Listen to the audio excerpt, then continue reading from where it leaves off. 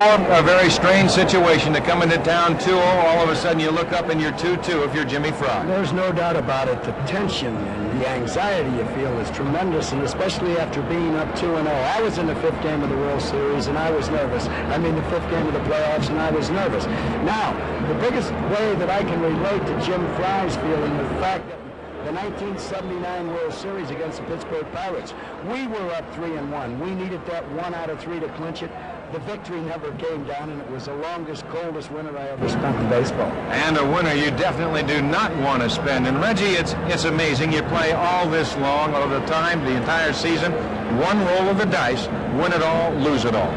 Don, I've been in this situation before. 5 times in particular playoffs I played in the 5th game, and just 1 time I played a 7th game in the World Series. I was really fortunate those times as a player because I always felt like the teams I was with always had their number 1 pitcher on the mound for them. And remember in 1978, Ron Guidry went to Bob Lennon and said, hey, I'd like to have the baseball. He was 25-3. I'm sure that the Chicago Cubs are very confident today because they've got Rick Sutcliffe on the mound. However, if I'm a San Diego Padre, I also know that I have my ace going for me today, Eric Schau. It's a great game. I can't wait to see it. Well, it's going to be a great ball game, and of course we've seen exciting games all the way through. The first 4, the Cubs winning the first 2, and of course the Padres winning the next 2, and a great ball game last night. Right now, let's go to our other colleague, Tim McCarver, down the field. Last night's hero in Steve Garner. Hero he certainly was. Rarely in the history of postseason play has a man had 4 consecutive at-bats where he's bared down any harder. 4 pressurized at-bats, 3 2-out RBIs, and the big blow in the 9th inning against one of the fine relief pitchers in the league, Lee Smith. Did you sleep well last night? Very much so, Timmy. And again, it was a pleasure for me to be able to hit the home run. After the game, I said, well, that was a special one, especially for my daughters, Becky, Christian, Whitney, and their special mom, because these are the times you like to share them with people, and also with 60,000 people and a great team here. Let's go back to that 9th inning home run against Lee Smith. You see it there in your picture. What pitch was it? It was a fastball. I expected something hard. Lee, again, has great velocity. The ball was out over the plate. It may have been a ball, but I hit it with good backspin. And once it got up in the air, I knew it had a good chance, and Henry went up for it, but I think it went off the wall with a little room to spare. Look at this display of emotion, too. You're like the Padre fans. They don't usually display it. You did, and they have. Well, it's a team effort from the fans to the city to the players here. It's as if we're one. They're the 10th player, and they've risen us to heights we didn't anticipate reaching. All right. Yeah, how about the umpires? One thing, we have heard that the umpires may be working today's ball game, an asset or a detriment. Oh gosh, it's always great to have the best in the game, and our umpires have done a fabulous job all the time I've been in the league. The guys that substituted worked hard. I think the fellow that umpired the plate here the last 2 games did a great job.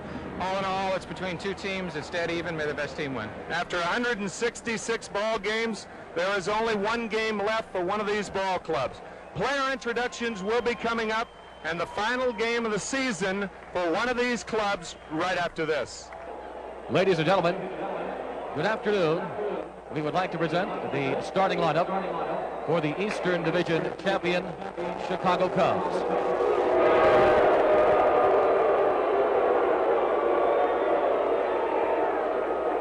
First, the manager, number 8, Jim Fry.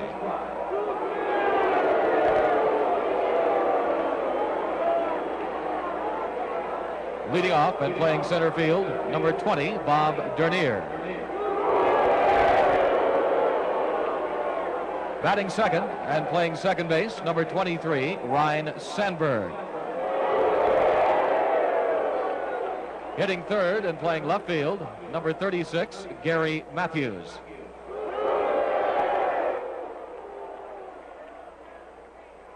In the cleanup spot and playing first base, number 10, Leon Durham. Batting fifth and playing right field, number 6, Keith Moreland.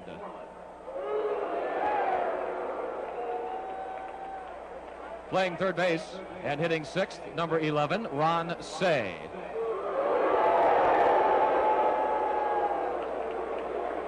Batting seventh and catching, number 7, Jody Davis.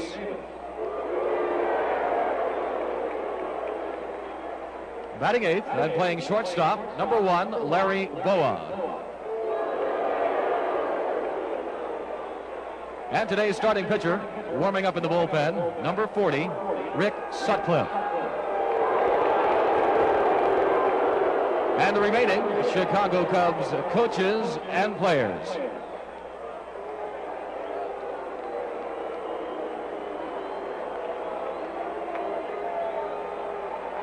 And now, ladies and gentlemen, presenting the starting lineup for the Western Division champion San Diego Padres.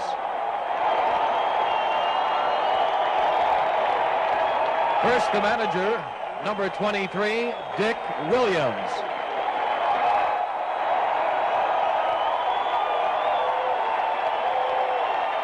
Leading off and playing second base, number 2, Alan Wiggins.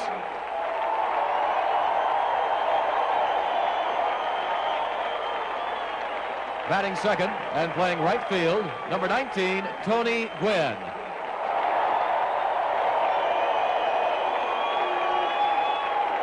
Hitting third and playing first base, number 6, Steve Garvey.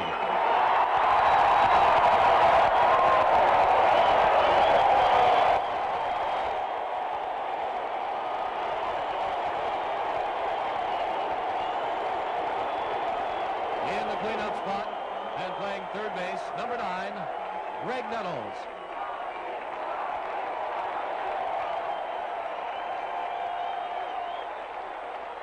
Batting fifth and catching, number 16, Terry Kennedy.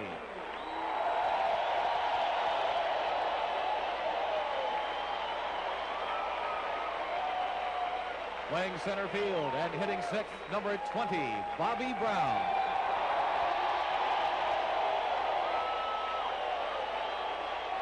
Batting seventh and playing left field, number 14, Carmelo Martinez.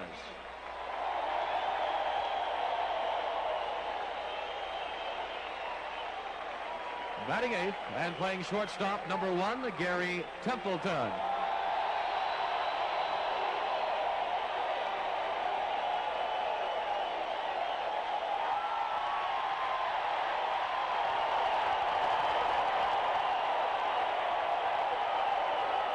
And today's starting pitcher warming up in the bullpen, number 30, Eric Shaw.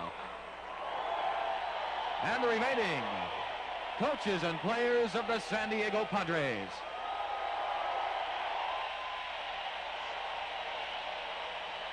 So the Padres and the Cubs have been introduced. Game number 5 getting underway very shortly, and we'll be right back in San Diego in a moment. ABC Sports presents the National League Championship Series, live from Jack Murphy Stadium in San Diego, California. It's the Chicago Cubs and the San Diego Padres in the 5th and final game for the National League title.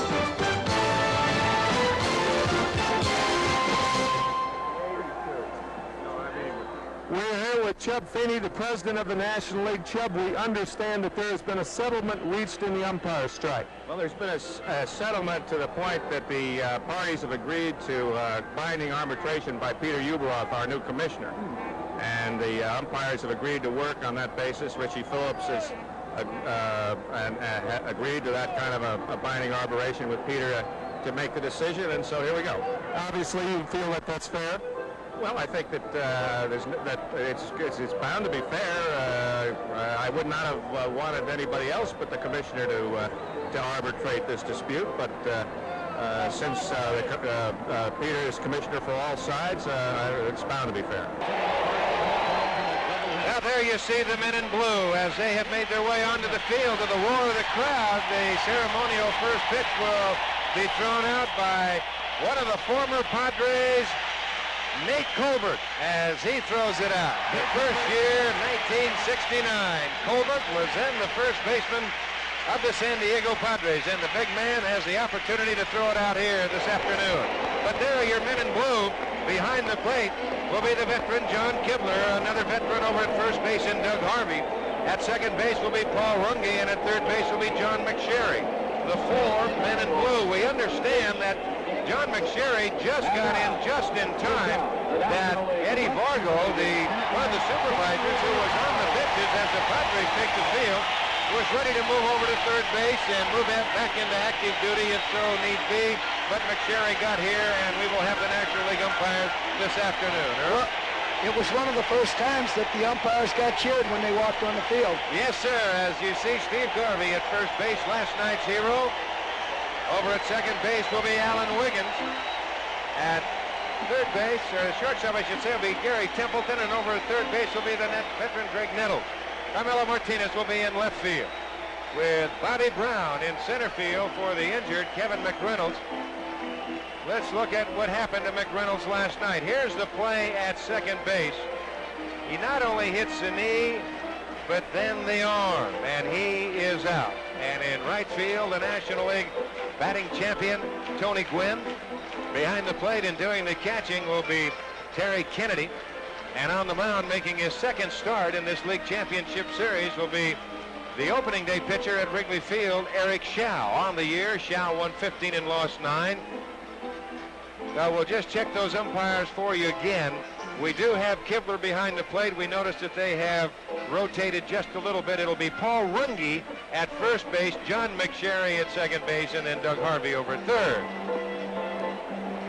Now Eric Shao in front of a capacity crowd. A warm afternoon here in San Diego, and Reggie, warm afternoons, Major League Baseball can possibly mean one thing. The ball will travel well. I always like playing in warm afternoons. Another thing I like about playing in the afternoon, especially when it was very, very hot like it is today, it seems like the temperature is approaching right around 85 degrees down on the field, Don. I always thought the pitcher got a little more tired. Earl, what do you think about that? Oh, I don't think there's any doubt about that, and it was hot on the field. Everybody was sweating down there during batting practice. Just standing around, you could break a sweat. Well, right now, let me read you the bulletin that has come out from Bob Weirs from the Commissioner's office dated today. And we quote, with the two parties in the umpire dispute still far apart as of this Sunday, meaning today morning, they asked Commissioner Peter Ueberroth if he would serve as arbitrator in binding arbitration, which would resolve the dispute and return Major League umpires to the diamond. The Commissioner has agreed. Some of the basic understandings of this arbitration were worked out today, and the final session will be held Monday in San Diego or Detroit. A condition of the arbitration was that the Major League umpires will work the World Series. So that has to be good news for... It's good news for the players and all baseball, Don. Yes, sir. And we're happy to have them back, and our hats off to the other men that filled in. They certainly did a fine job. As Bob Dernier will lead it off, and we're getting ready to go here in game number 5. There's a strike, and we're underway. Both managers want to see their pitchers go out there and throw strikes before they do anything else in this ball game. Establish that strike zone.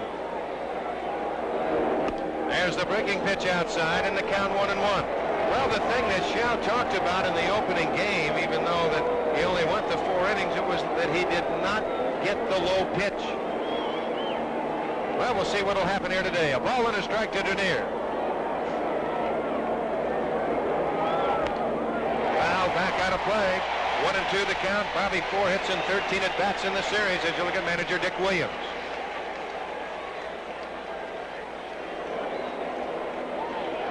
I would have to think right now they're just a sigh of relief, not only for Shao, but for Sutcliffe and for every hitter that walks up there. They both know Kibler, so they know where they have to throw the ball right now. The 1-2 pitch. Little looper, hit going out is Wiggins, still going out to run it down like a gazelle. It's a nice play here, Don. Alan Wiggins kept his eye on that ball all the time. Got a real good jump. You see him follow the ball, never take his eye off it, reaches up and pulls it down. And like you said, even that little one off the handle seemed to carry a little bit, Reggie. Get another look at it here. Very nice play.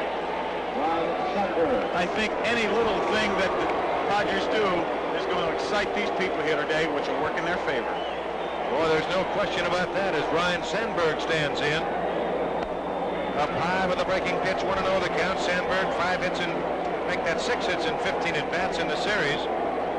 A .314 hitter on the year. There's a strike in the count, 1-1. See right there, 3 for 32 against Shao. So Shao has given Sandberg a problem. All the way to the backstop, 2-1 to count. Sandberg number, good speed as you look at Nettles at third. He might be thinking bunt, Reggie. It certainly looks like it. I know he's got one bunt single off Eric Schau, and I'm sure that Greg knows that he's had some problems with Schau, and he knows that Sandberg may be thinking bunt. Shot. Well, look at here. How do you do? Don Zimmer almost fell right over on his back in disappointment. What a rocket. You're not going to hit him much harder than this. Schau built high down the middle. As hard as the ball can be hit, Nettles had trouble. He didn't have a lot of time getting the glove up. No, he didn't, because he was playing in almost on the grass. He hit that ball a ton. I think Greg might have caught that just to protect his life. Boy, I'll tell you, that was a rocket. Now there's 2 outs. One a little floater, and the next one a rocket. And here's Gary Matthews. Gary, a .291 hitter on the year. Inside as he looks out at Schau. And Schau remembers the first pitch in Chicago when Matthews took him downtown. That might have been a little message. It could have been, and it was a 92-mile-an-hour fastball. Schau looks like he might have that riding fastball today that he needs to win. That's inside. Matthews looking out. That ball is not that close, Reggie. I don't know about that. I'm a hitter, so I'm going to give you an argument. Well, if it's close, he should have been laying on his back. Those pitches right now. That's a pitcher talking. There's his strike. 2-1. I definitely believe he's trying to establish. He's trying to send a message, and he's got Mr. Matthews' attention. That's for sure. Out of play. The count goes even 2-2. Well, it might be their pattern because all 4 pitches were inside. The 2 strikes he threw were on the inside half of the And plate. Earl, if you're gonna miss, you want to miss in there. You don't want to miss out over the plate. Right. The man will take you downtown. Hey, why do you guys have to miss inside? Why can't you miss out on the plate or away? Why you got to miss inside at me? That's the problem with this game today. Another one a little bit too far inside, and we're going to have to go to Duke City. Well, here we go. 2-2 pitch. There's a shot down the left field line. That's why hooking foul.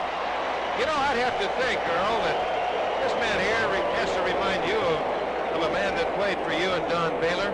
I mean, just standing there. The toughness at the plate in Matthews, the way he stands in there. Well, there's one thing we know about Baylor. He will not give an inch. Everybody in the league pitches him inside. He knows it, and he's still going into that ball, and he leads the league in getting hit by pitches every year, but he expects it.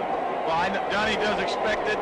They do not throw at Don Baylor, and the reason they don't throw at Don Baylor is because Don Baylor is about 6'2", 6'3", about 230, and he can go bear hunting in the winter with a switch.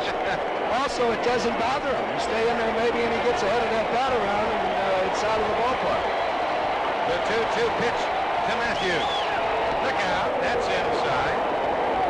Full count 3-2. Okay, now I can say they're definitely trying to pitch Gary Matthews in. There's no question about it now.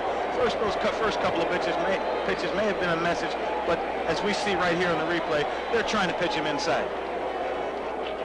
Full count 3-2.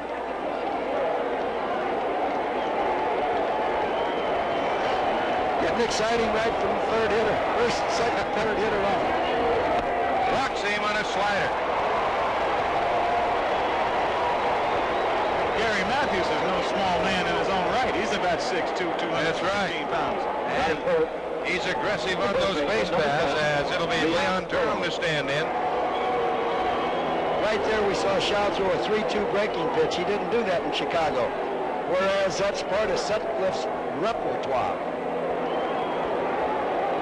Matthews with his 5th walk in the series. There goes Matthew. Kennedy's throw, not in time. He stole it with ease. Schau looked like completely forgot about it. He got a real good jump right there, and Terry Kennedy did not make a good throw. He did not have a good release. Here we can see he's starting to run. He's got 3 steps running already before Eric Schau gets rid of the baseball. And Terry Kennedy with not a good throw. He hasn't made a good throw yet, Earl. It was completely unexpected. They didn't think Matthews to run in that situation. Inside, 2 balls and no strikes to Durham. A lot of times you'll get a player's attention, and I'm sure that everybody has their adrenaline flowing today, but you can dust the guy off and get him fired up just a little bit more.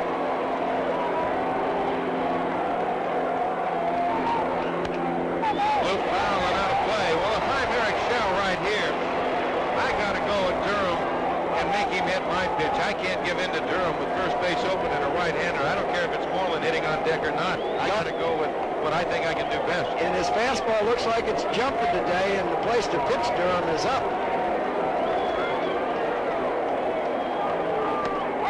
Misses high and a 3-1 count. Along with pitching Durham up, you also pitch him inside, Earl. You can see it's pretty easy to see where to pitch Leon Durham, although he has had a lot of success. He hangs his plate, he hangs his hands almost out over the middle of the plate. You got to crowd him and make him rush that bat. And he rushes that one deep right field. Gwynn going back. This ball is gone. Cubs on top, 2-0. And like you said, Reggie, the ball's flying. The ball will carry better in the daytime in California. It always has. Leon Durham homered last night. He homers again here, and the Cubs have a 2-0 lead. Again, you've got to pitch Leon Durham inside. You see where Terry Kennedy is sitting. That ball tails back out over the middle of the plate. The count is 3 balls and 1 strike. He's looking for a ball to drive to hit fence distance, and Tony Quinn is just getting a closer look. Souvenir. Now a happy Chicago bench as that'll bring on Keith Moreland. There's the slider low and away. The count 1-0, and still there's the classic example. First base open, the only left-hand hitter in the lineup, and you let him hit it.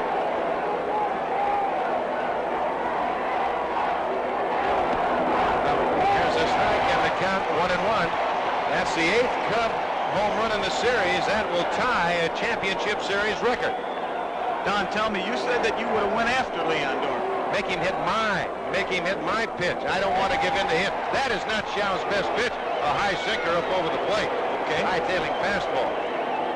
Well, I think he threw it because of the scouting reports. That's what I think. Sometimes you have to do your own thing. Yep. I think at that particular point, especially on the count, Earl, 3-1. Oh, yeah, you can't give in to him. 100% right there. Just outside, and the count goes 3-1 to Moreland. And you have Ron Say on deck. And we get some action in the Padre bullpen right away. There's Hawkins. He walks him. What a big pitch Hawkins threw last night. Come back to the mound to take him out of trouble. 2 men on and 1 out. Double play. There's Dick Williams, so you get Dernier, who has popped to second. Sandberg lined to third. He had 2 outs. He walks Matthews. Durham hits a home run. He walks Moreland. Here's the pitching coach, Norm Sherry, to talk to Shao and also take a little time. Buy some time is important here. Can't let it get away from you in the first inning. Now, what's he telling him here right now, Earl? Is he telling him maybe some of his mistakes, or is he just giving Hawkins some time to get ready? Well, he might be doing something mechanically wrong that they spotted, but more than likely, look, we're going to win this one, we're going to lose this one. But we can't win it unless you throw the ball over the plate. That's number one. We can't be putting people on base. We had 2 out, nobody on. Base on balls are going to kill you before anything else in the world. That's exactly right. As Frankie Frisch always said, oh, those base on balls. Here's another look at that Leon Durham home run in super slow motion. It doesn't quite look that fat when it comes up to the plate. It's slowed down so much there that it just looks like a balloon. Yeah, well, it was, we can see he didn't get it in on the inside half of the plate, and that helped Durham get the bat around. Yes, it did. Here's Ron Say. Inside to Say. So the book has been keep the ball in on Say, keep the ball in on Matthews if you can. We've seen that through the series. Ronnie 3 for 15 in the series with a home run and 3 RBIs. The Cubs on top 2-0. We're in the top of the first inning. Game just underway. Breaking pitch high. Shao not following through now, throwing right straight up in the air and getting everything up. Well, those were the mechanics I'm talking about. That's right. John can spot him up here. That's what you want your pitcher to. That's what you want your pitching coach to be able to do for you as a manager. There he comes down through, and he gets the strike. 2-1 the count. Awfully hard to be a sinker ball pitcher and pitch straight up and down. Well, it's awful hard to be any kind of pitcher and pitch straight up and down. Right. 1 pitch. There's a good slider. The count 2-2. 2 good breaking balls in a row. I think it's very important right now for Eric Schau to get his confidence back, to get his game together. He's already had 1 bad ball game, and he does not want to have 2 because, as Earl Weaver said, it's a long, cold winter, even in San Diego. You don't win. 2-2 pitch fouled away, and Say had a good pitch to hit. We talked about the 5th game of the playoffs, Reggie. You're the team that beat us, the Oakland A's, against the Baltimore Orioles. But we came back to tie it up at 2-2, like the Padres did. And I really didn't feel as bad about losing that as once you've established. That's true. Once you know that you've got a 1-game shot and you've represented yourself well, the winner is this home. Little looper as Wiggins will handle this one. And that'll do it. But the Cubs get on the board. 2 runs on only 1 hit, the 2-run homer by Durham. 2-0 Chicago as we go to the bottom of the 1st inning. Now Rick Sutcliffe on the mound, and he has a 2-0 lead. The weight's on his shoulders. Prior to the game, I had a chance to talk to him. Number 1, it's very nice of you to come over here, and our thanks from ABC. Number 2, I've always maintained a microphone will not get a hitter out. Well, Don, you know I've listened to you for the last 11 years now, since my first spring training with the Dodgers, and you know, you're right. This doesn't make a bit of difference. This is just a great opportunity for me. You stop and think about 3 years ago when I got left off the roster.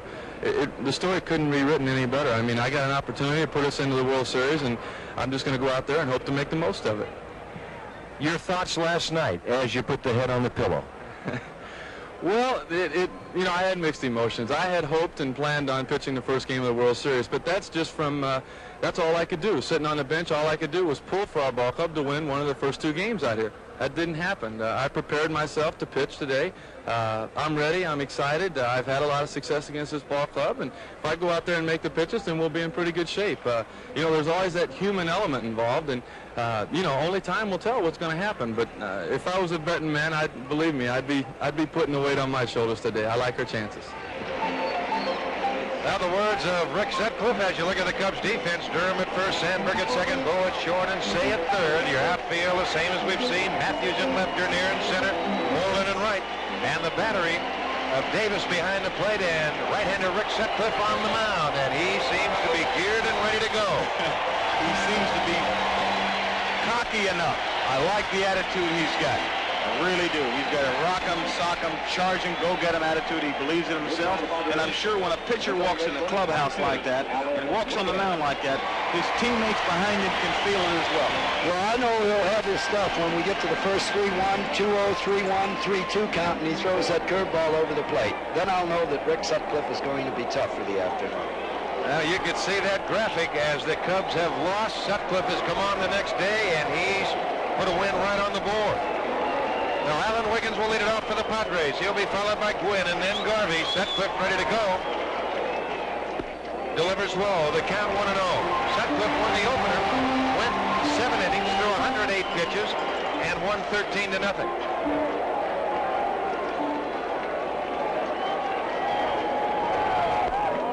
That's low. 2-0. You've got Say coming down the line at third. Durham on the grass at first, and Sutcliffe off of the mound. And I don't care if you're Rick Sutcliffe or any pitcher in baseball.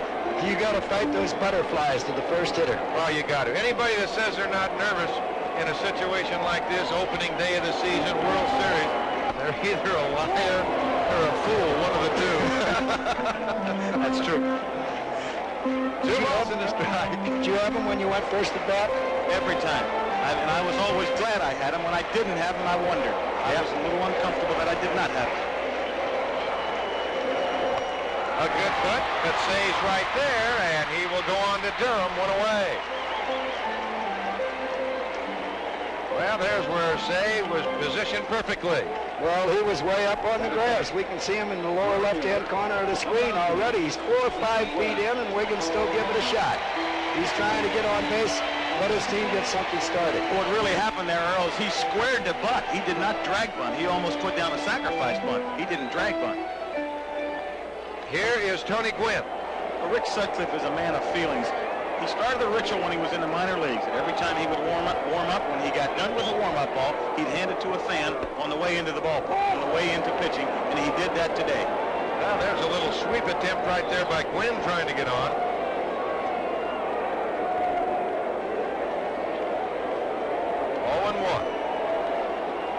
Greg Wynn, the National League champion, batting champion at 351. It's 1 ball, 1 strike. On deck, Steve Garvey. Sutcliffe might not have liked the first 2 hitters getting up there attempting bunts on him. There were a lot of guys that were like that. A couple come to my mind. Early Wynn and Sal Magley. Swing the bat, don't bunt. There's the strike, 1 and 2, the count. And a good breaking ball. We've got a guy on our pitching staff, Bruce Keeson. He doesn't like it, and he doesn't mind letting you know it.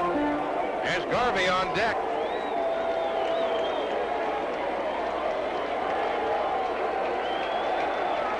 Two to nothing. The Cubs on top. 1 out, bottom of the first. Got him looking. Strike 3 call, the second time in the series that Wynn has struck out. Pretty close pitch. Fastball outside corner. I believe it was a strike. It just kept tailing out and hit that part of the plate. Oh, he hit the mitt. Jody Davis never moves his glove. You do that, the umpire sees you're right on target. Bingo, strike 3.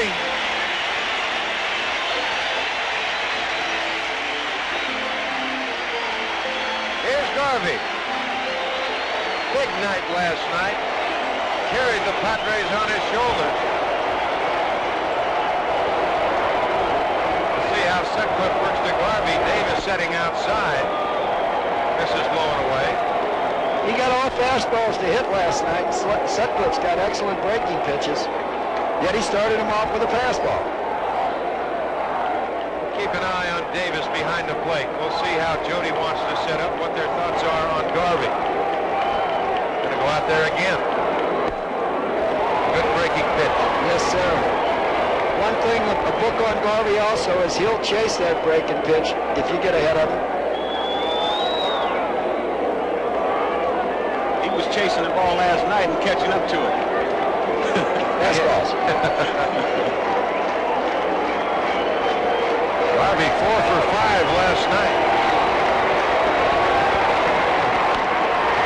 Look for the right, Moreland coming on, still coming on, makes the catch in the side, retired. So the Padres are going to the first inning. We're through 1 in game number 5. It's the Cubs 2 and the Padres nothing. Now Jody Davis to lead it off had a big double last night. Also had a big key 2-run homer in the 4th inning last night off of left-hander Tim Waller. Here's the home run.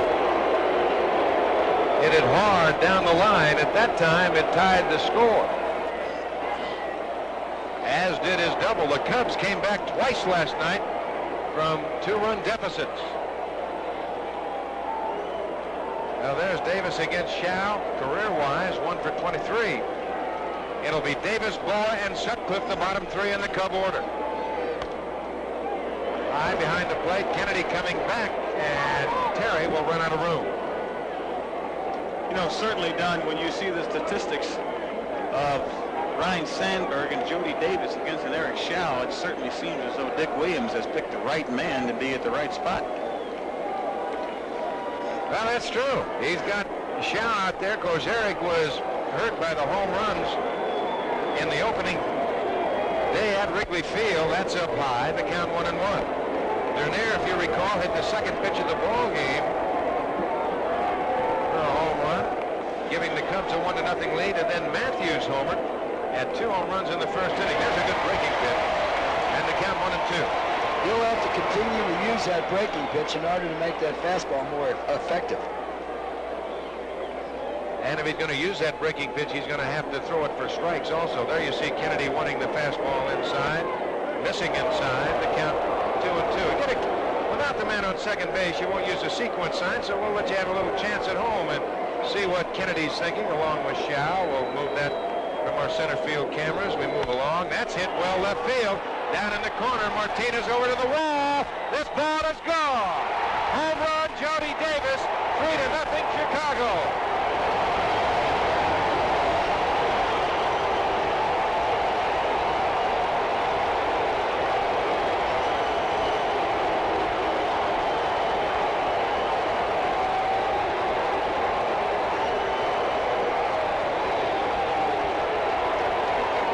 These are things you do not want to see happen. Jody Davis gets a breaking ball from Eric Shao, and bingo, hits it a ton. I think he got the high slider. And Davis jumped right on it. Look at it right here. We'll watch Jerry Kennedy here as the ball goes out of the ballpark. Oh my goodness, look at that. Well, that's the way you feel. Bad slider, bad pitch. Here's Larry Bowa, 3-0 Chicago. The thing right now, I think if I'm in the outfield right now or on that San Diego bench, I know that I've got one of the toughest pitchers in the game pitching against me, and I just can't let him get too much of a lead. No, and Dick Williams is thinking that, but again, Williams has said he's going to move quickly, but there's nothing you can do against the one that goes over the fence. The instant run is the biggest thing in baseball. That's right. That's exactly what he said, too, Earl. He said, I can't defend against the home run. He says, I will not let him sustain a rally if I can help it. But it's been the two long balls by Durham and Davis that have put the Cubs on the board. They have 3 runs on only 2 hits, both home runs. I'll tell you, Earl, I wish I knew all this when I played for you. I might have asked for a little more salary. You asked for so much we couldn't sign you. How much more can you ask for? 1-2 to Bowa. 3 for 13 on the series. Up high, and it's 2-0. You got it, and you were worth it, too. Pick that 2-2. Nady is starting to get a little antsy right here. This could be a very big man for Eric Schau. That's the left side and out of play. 2-2 the count. Action again. Andy Hawkins in the bullpen. He was up in the first. He's up in the second.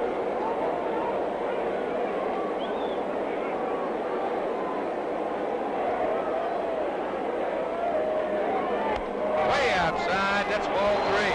This is going to sound a little silly, but sometimes if I were sitting in that dugout managing, I'd say, I just hope he goes ahead and walks him. It gives me a chance to get him out of there before the next guy hits him. That's right. If I feel he doesn't have good stuff. Don't let you sit there dangling a little bit. Right. Yep. That's the left field. Left center. Martinez moving over, calling, and makes the catch. So there's one gone, and that'll bring on Sutcliffe. And he's a good hitter. Yes, sir. Number 40. Rick. Got to laugh with Rick prior to the game. He leaves his glove over there, leaving it laying on the bench. He won't even bring that out. He's walking around with a bat in his hand. A typical pitcher. I'm sure that right now that Mr. Schau's got to show Dick Williams something, because he's not too far from coming out of this ball game. You see a man hit a ball out of the ballpark. Then you see Larry Bowa, who's only hitting 193 left-handed, put the bat on the ball pretty sharp. I'm sure Dick's watching him awfully close. Here's Sutcliffe. He homered in Chicago, hit it completely out of the ballpark. Takes the first pitch outside. So Schau struggling. All of a sudden the body with not the real good emphasis in it either.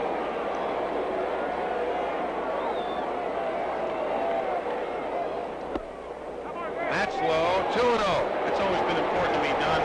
The way a guy shows himself on the mound, is he sticking his chest out or are his shoulders slumped a little bit? And you say the way he's handling his body right now, he doesn't look like he's confident in himself.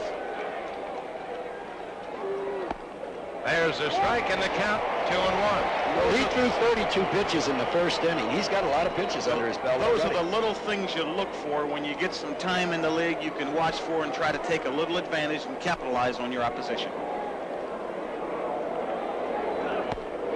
Big swing by Sutcliffe, doesn't get it. 2-2 the count. Now it always was a tip-off. Used to sit over on the bench and you could watch. It's almost like the body will reflect the heart. Exactly.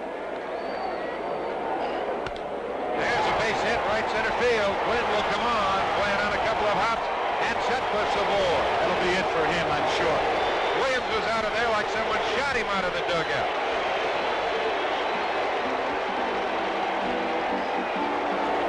And that's all. He's made a motion to the bullpen, and that will be all for Eric Schau. So Andy Hawkins comes on, a break in the action. We're in the top of the second. It's 3-0 Chicago. As it'll be the top of the order, Bobby Dernier to stand in against Andy Hawkins. Right side, could be two, but they bobble the ball. They get Sutcliffe, the lead man. That ball just came up on Wiggins. He could not find the handle. A little short hop is what it was.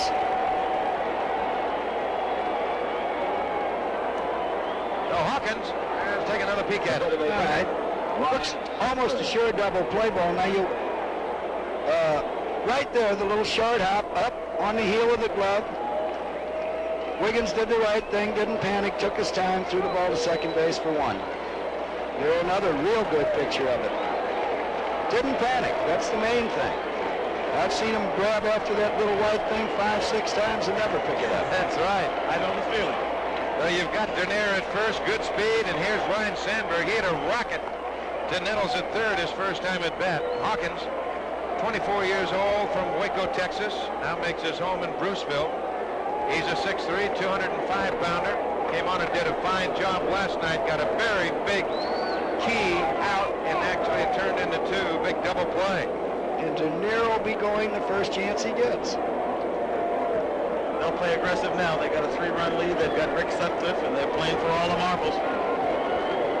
I would almost expect to see him run out. Oh, yes.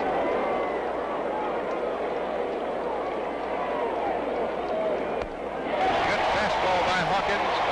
0-1 the count. He's on his own. He's got to get the jump. He makes the decision himself in this situation. We'll keep an eye on Dernier. And they will also keep an eye on him. He already has 2 stolen bases. The Cubs have stolen 4 in the series, 2 by Dernier and 2 by Sandberg. And 1 here this afternoon. That make that 5 by Gary Matthews. A ball and a strike.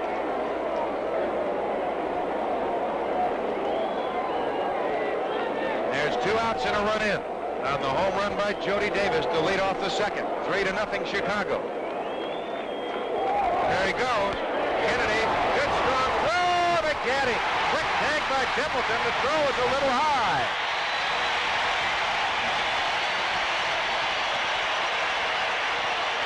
This is an excellent throw right here by Terry Kennedy. Pretty good jump by Dernier.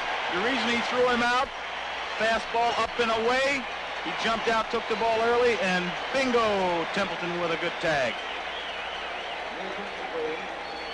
Here's another look at it. Oh, that's close. It looked like he didn't touch the base. Well, we go to the bottom of the second inning, 3-0 Chicago. Well, there's another look at that tag, and I think it might have been just a quick slap tag by Templeton that got the attention of McSherry. It looked like that was a very close play, Earl. Well, it looked like if he'd have got the other hand in on the bag, it would have been there before the tag. Greg Nettles will lead it off as we go to the bottom of the second inning, 3-0 Chicago. The amazing thing about that is I believe they pitched out on 2-1, and Dick Williams is one of the few managers in baseball that will call that with the thought that if he doesn't go, your pitcher's behind 3-1. 1 ball and no strikes to Nettles.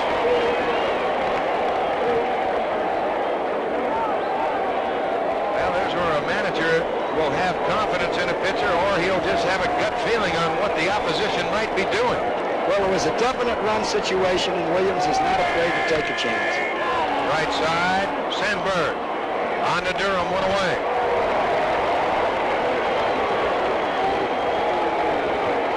Batting fifth, the catcher, number 16, Terry. So 4 straight outs. 1 out.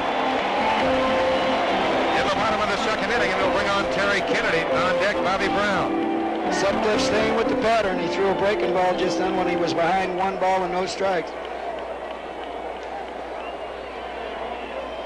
Now John Kibler moving over by the Chicago dugout. And now comes back out, so we're ready to go. If you might have heard the name, for you people that might be just tuning in and hear the name John Kibler, the umpires, the National League umpires, are back in action here this afternoon as they have agreed to binding arbitration by the commissioner, and the arbitrator will be the commissioner, Peter Ueberroth. 1 ball and no strikes. There's John Kibler behind the plate, Paul Wunge at first, John McSherry at second, and Doug Harvey at third, of course, all from the National League. Outside, the count goes to 2-0. With Brown on deck. Also, the Cubs getting 2 in the first inning, a 2-out walk to Matthews, a 2-run homer by Durham, a leadoff home run by Davis in the second, and that's where we stand. That's inside, and it's 3-0 to Nettles. Check that, Kennedy. Nettles bounced to Sandberg to lead off the inning. 3 balls and no strikes to Kennedy, who in the series is 3 for 15. Swinging away or taking, Earl? He's taken. There's a strike in the count, 3-1. That one wasn't hard, Reg. 3 runs down.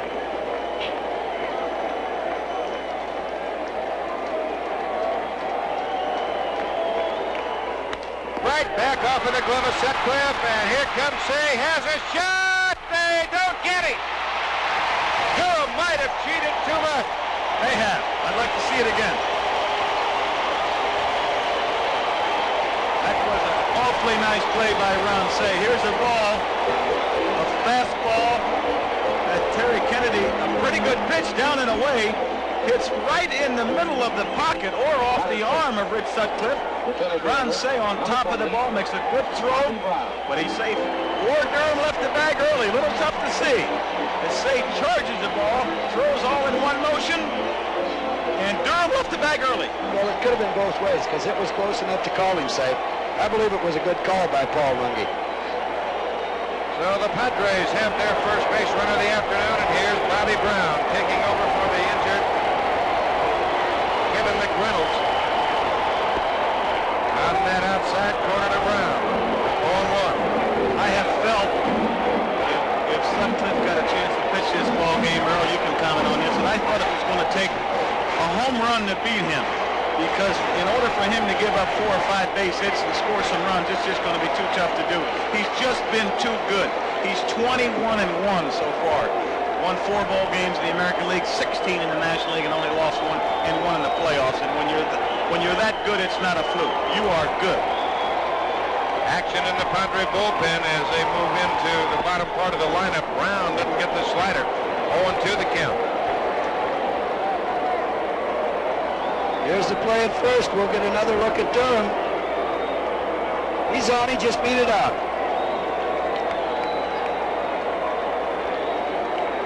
0-2 to Brown with Carmelo Martinez on deck.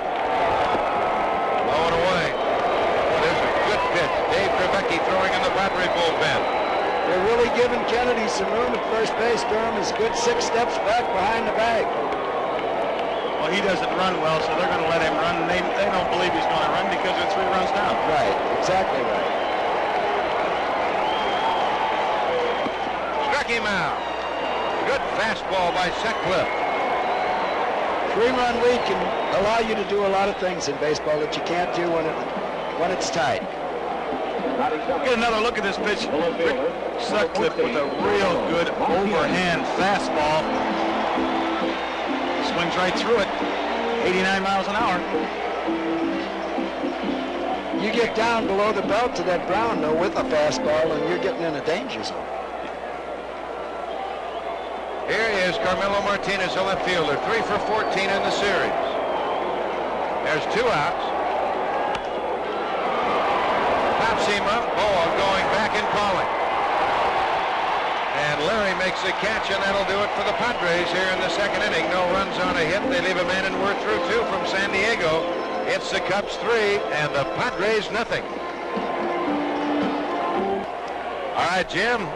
In the top of the third, Ryan Sandberg will lead it off. He was at bat when Dernier was cut down trying to steal to end the second inning. 0-1 to Sandberg. You see they're 6 for 16 in the series. High, shallow left. Templeton out. Martinez coming out fighting the sun and makes the catch. That's going to be a little tough out there for your left fielder and center fielder right now. The left fielder, number 36, Gary Matthews. You see him shade his eyes, even though he does have the glasses down, Carmelo Martinez. Shade his eyes with the glove. He's got his glass down. Never, glasses down, never takes his eye off the ball. two-hand catch, and it gets tough. You see those two hands go up there. They don't go for the one hand there. And that one wasn't in the pocket of the glove either. It looked a little bit toward the heel of the glove. Gary Matthews at the plate with a count of ball and no strikes. He walked, stole second, and scored ahead of Durham as Leon hit his second home run in the championship series. 2-0 the count. Andy Hawkins back inside with Gary Matthews. See, that's the book on him. Earl pitch him inside. I tell you, as a hitter, you know they're pitching you inside. You know it's a book on you, but you just don't like it. It just makes you mad. 3-0 the count. Last pitch at 92 miles an hour. And he walks him for the second time.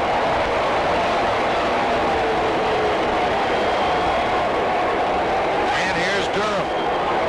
A lot of times, Earl, you'll have a fella that they're trying to pitch inside, and that player will adjust and really start hammering a baseball. Sometimes it doesn't work. I see that Gary Matthews now has made a decision to make them throw him a strike. If they throw it inside, you want to walk me, fine. That's what all good hitters do. Did you back off the plate a little bit when you know the pattern was inside? I did it in the 77 series against the Dodgers, and they kept throwing it inside, and I kept hitting it over the fence, and they figured they wasn't getting it in far enough. And each time I got it in farther, I got off a little quicker. Well, there's times when you're working that way, and that's one of the keys for a pitcher and a catcher, but especially a pitcher.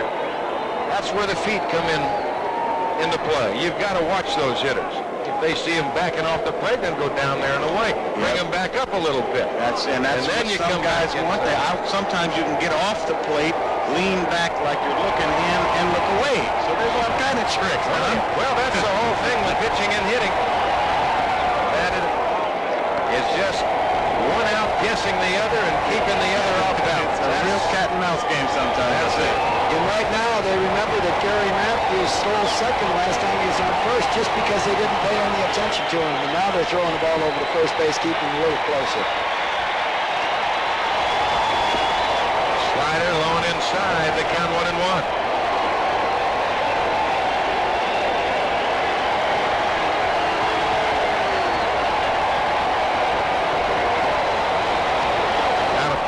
Ball and 2 strikes to count to Durham with Keith Mullen on deck.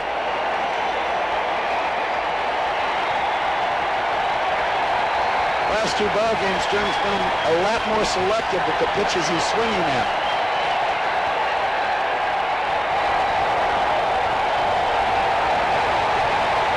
Out of play. Saw that little graphic before. See the wave moving around. Durham much better success against the right-hand pitchers and the left-hand pitchers. And they'll move that around as the San Diego Chicken's in town. He's getting his...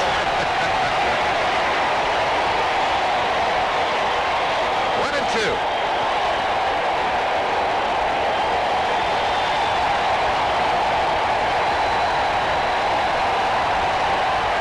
Missing inside, and 2-2 the count. Capacity House here in San Diego this afternoon. Game 5, final game of the National League Championship Series. Runner goes, swung on a miss, and now Kennedy, he's got to give it to Templeton. Templeton will run him back. He'll go to Garvey. Garvey will go back to Wiggins, who makes a tag. The Padres just about botched that up, and it was the left-hand hitter that confused Kennedy for a moment. So the Cubs are gone. We'll talk about that when we come back to the bottom of the third. 3-0 Chicago. Right here we'll see the unsuccessful hit and run. I believe that's what it was. And Matthews at first got such a slow jump that it was more or less like a delayed steal, and Kennedy didn't even see him. If he would have kept going, I think he might have made it.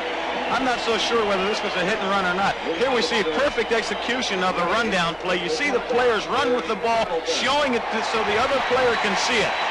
Matthews could have stolen that base. He gets hung up, Might have been a hit and run, Earl. That'll be interesting to find out for sure when we talk to one of the managers. I would have to think it was, Earl, just by looking at the way his head was and watching the pitch. Yes. Picking up the hitter, and on a steal, you don't pick up the hitter. That's exactly right. I think it's kind of unusual to hit and run with the guy that struck out 86 times. Tough to hit and run with a guy that doesn't make a lot of contact. That's one thing I never did was hit and run. Here's Templeton as we go to the bottom of the third. You remember when you played for me, I didn't have a hit and run. It was go if you get the jump, and if the hitter wanted to hit it. I haven't had a hit and run in 17 years. I swing and miss too much. Ramirez on deck, so Dick Williams going to his bench very early as Templeton sends a two-hopper to Sandberg, who throws him out.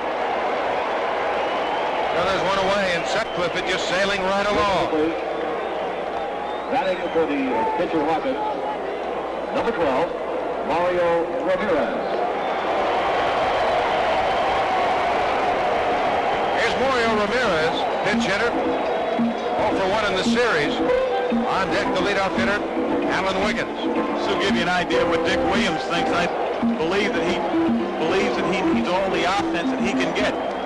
Hawkins is throwing the ball very well, but he knows he needs to score against Sutcliffe. He gets a lead like he does have and gets off and running, and he's going to be awfully tough to catch. Jody Davis might have a play, and will have a play, 2 gone.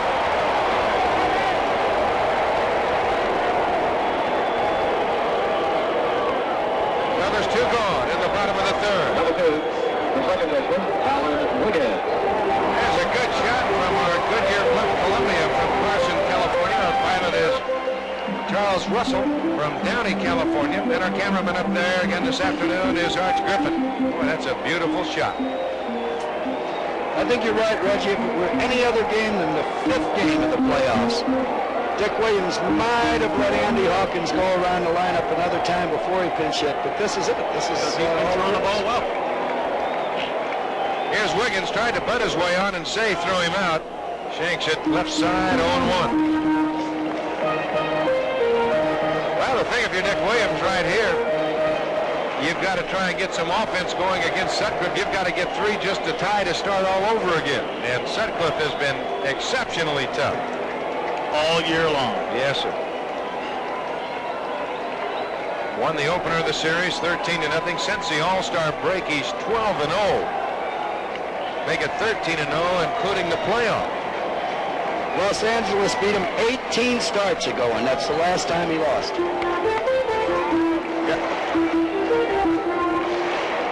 It's amazing how he turned things around over at Cleveland. Before he came to the Cubs, he had a record of 4-5.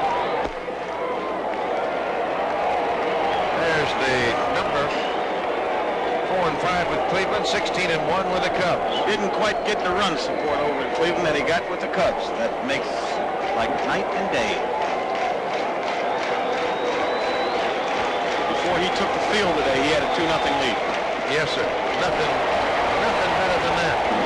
Well, one of the things that Billy Connors, the pitching coach, saw when he first saw Sutcliffe through throwing a Cub uniform, he was pitching inside, and all of a sudden Billy Connors said to Jimmy Frazier, hey, what do we have here? A man that'll work inside a little bit?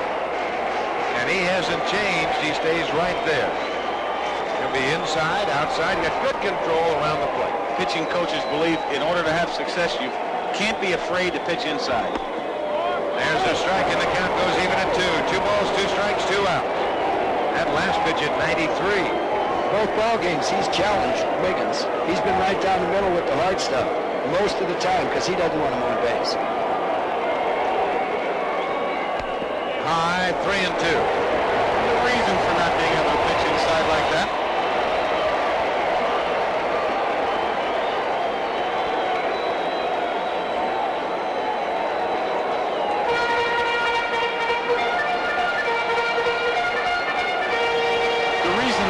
They'd like you to be able to pitch inside is in order to give the hitter something else to think about. You stay away from him all the time, and the hitters. A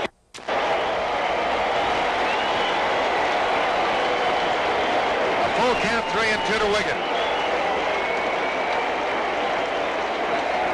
And one of the big things about Sutcliffe, he will stay around a while. He's lasted into the 7th inning in 17 of his 21 starts. Foul left side. Wiggins is making him work a little bit. Well, you were right, Earl, when you talked about Sutcliffe coming to Wiggins. When you get a man like that, you want to stay at him hard. Don't get cute with him. Don't get cute with those leadoff hitters with speed. Go at him hard. Make them put the ball in play. And if they're going to get on base, make them earn it. And the quicker you can jump out in front of them, the better off you are. Yes, sir. And he walks him.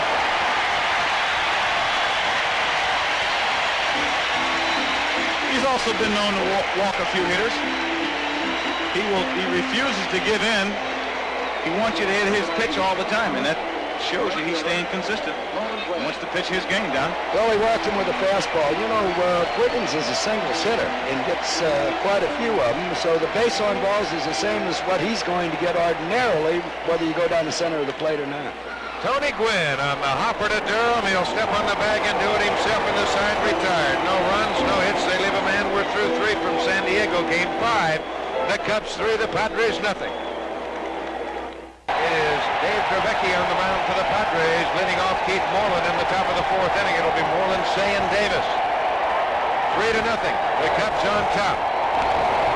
High to center field. Brown fighting the sun. One away. And that'll bring on Ron Say. So the Cubs trying to do something here this afternoon they have not done in 39 years. And the table is set for what happened 39 years ago. The Tigers have already won in the American League, and the Cubs trying to rematch with Detroit the first time since 1945. And if I'm in the Chicago dugout, I'm telling my players, don't be in a hurry. Let's get as many as we possibly can. Well, the ball game is still very, very early right now, Earl. There's a long way, a lot of baseball to be played. Trevecchi will let it roll, and Nettles picks it up foul. Well, that's so true. You looked at the Cubs, they've got 3 runs on only 3 hits. They had 3 runs on only 2 hits, and they picked them up, bam, like that. And it could turn around. The same thing happened the other way. Well, right now they're playing the game an inning at a time. As it progresses, you can bet that it's going to be down to hitter, and later on, right at the end, it's pitch to pitch. That's right. 0-2 to Ron Say, who popped to Alan Wiggins at second base his first time at bat.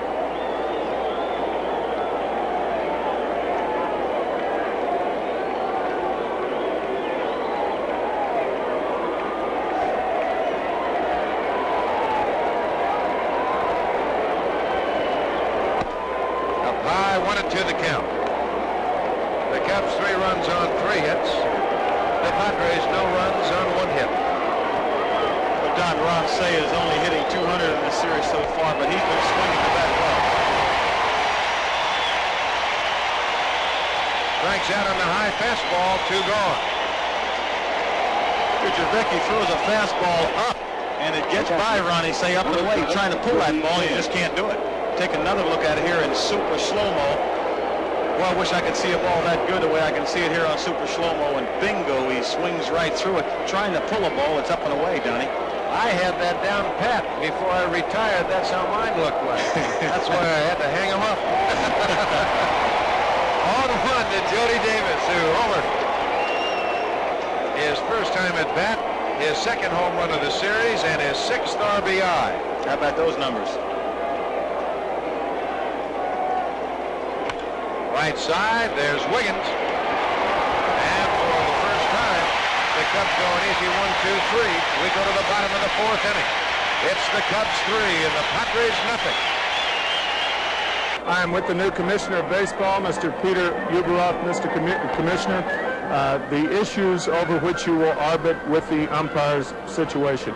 Well, we're basically almost there. Both sides. The umpires are well represented by Richie Phillips, and the 2 presidents of the leagues that come to me this morning and said, we've got few things that need settling.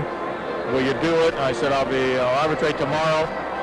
Money is one of them, but we're almost there. And the main thing is we got them back on the field of play. So they're great umpires. We needed them. you expect it to be settled then by the World Series? Yeah, it's settled. They'll be in the World Series. Thank you very, very much. Enjoy the game. Now back to the booth with Don Drysdale. Donald? All right, Timmy, thank you much, and thank you, Commissioner, as it'll be Garvey, Nettles, and Kennedy as we go to the bottom of the fourth inning. Center of the lineup. Garvey fly to right his first time at bat. Sutcliffe has allowed just one base hit.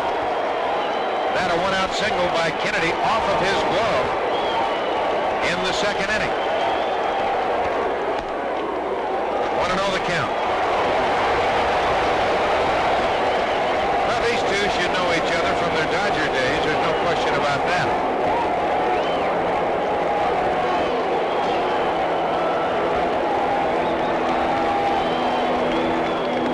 Outside, 2-0. Sutcliffe is pitching each hitter differently. He goes one spot with one hitter, another spot with another hitter. He's behind 2-0 now, but his success comes from being able to put that ball where he wants to within the strike zone. Well, it's awfully nice. You have to certainly consider Sutcliffe a power pitcher. To be able to go out there and keep the command that Sutcliffe has, boy, what a luxury that is if you're a power pitcher. Well, he only lost control one time this year. That was pitching against his former team, the Dodgers. Jams him, fouled away. Ozzie Virgil, third base coach. In talking to him, Don, he said he felt like he wanted to go out and show the Dodgers he could pitch. He wanted to show them that he deserved to be on that ball club in 1981 when he was left off the roster. And he said he tried to just do too much. He tried to strike out everybody. Since then, he's been awfully good.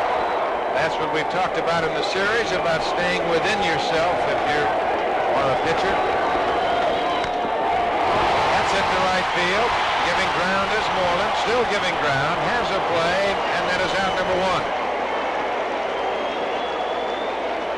Garvey with that same swing, Reggie, that you talked about. He's an inside-out swinger, a behind-the-ball hitter, I like to call it. Well, the problem with that swing is we see the pitch from Rick Sutcliffe here in super slow motion. The problem with this swing is when you do hit the ball behind, when you stay behind the ball all the time like that, you keep the ball, your bat in the strike zone a lot longer. But when you get a little bit older and you start swinging and missing a little bit, they say, hey, you know, he's not quite the same. There's a fine line there. You got to stay behind the ball to be successful. You get older too, so it's kind of 6 dozen, half one the other, half dozen the other. Here's Nettles. Inside 1-0. Stayed away from Garvey, went right inside the Nettles.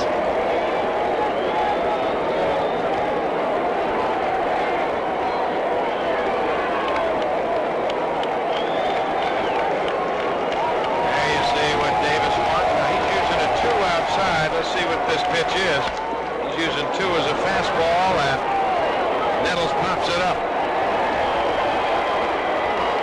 2 gone. Sandberg handles that, and that'll bring on Terry Kennedy. A lot of times too, Don, with the signs, a lot of catchers will just go with pumps, and no matter how many fingers they put down, it won't mean anything. There's all different types of ways. There's all kinds of signs back there. Funny thing about that, most of them are uncomplicated either. The best ones to use are the ones that aren't complicated.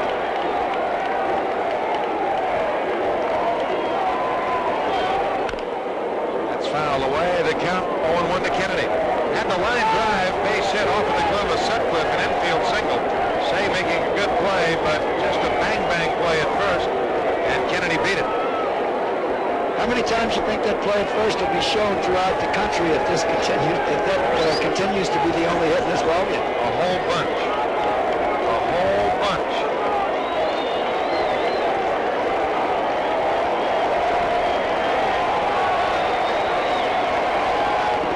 Down low. Davis staggering under that catch, and the count 1-1.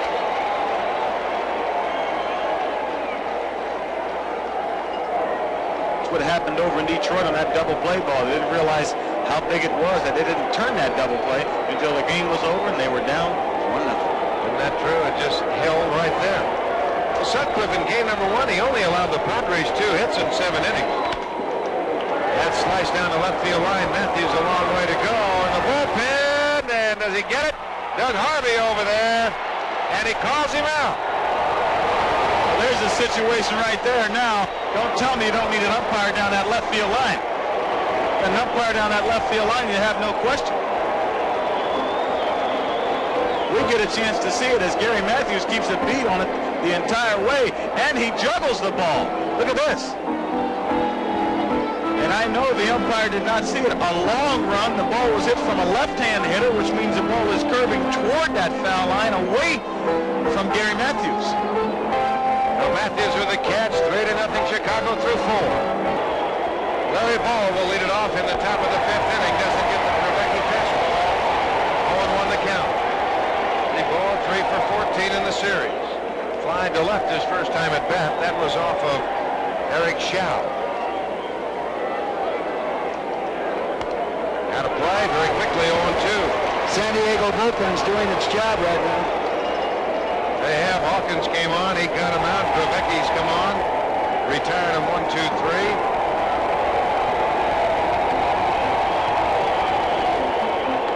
Applied. The count 1-2.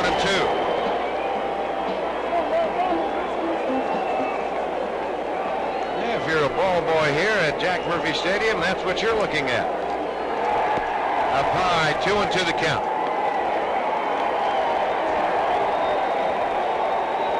Opening night they had 58,346. Last night they had 58,354. Little looper, shallow left center, coming on ground, good speed. He runs it down. And I saw an ice cream cone. And I mean a double-decker. He had a little trouble with that ball right there. I don't know whether that ball got in the sun or what, Donnie. Yeah, you see that shake of the head. Take a look at it again. Bobby Brown may be struggling with the sun, but no, he just may have struggled with the ball. They call that an ice cream cone. I think that was a double-decker, Earl. Yep. A run gone, and here's Sutcliffe. He singled his first time at bat. 3 for 5 in the series. That home run coming at Wrigley Field. He'd have to be considered as one of the most valuable players, Rick Sutcliffe, in this series. No question, Earl. I guess it's going to kind of depend on who might win it and what might happen from here on out. Well, you don't have any most valuable players on a losing team. Well, Jody Davis went into the game hitting .429 as a home run, and Steve Garvey went in hitting .412 after last night, but you need 3, don't you? Yes, you do. 3 to win. Inside, 2-1 the count. On deck, the leadoff hitter, Bobby Dernier. Don, Rick Sutcliffe loves kids. He says when he signs his next contract, he's a free agent now, he's going to contribute some of that money to kids. At least in the neighborhood of $100,000, he says. And it's 3-1. It's going to go toward community work.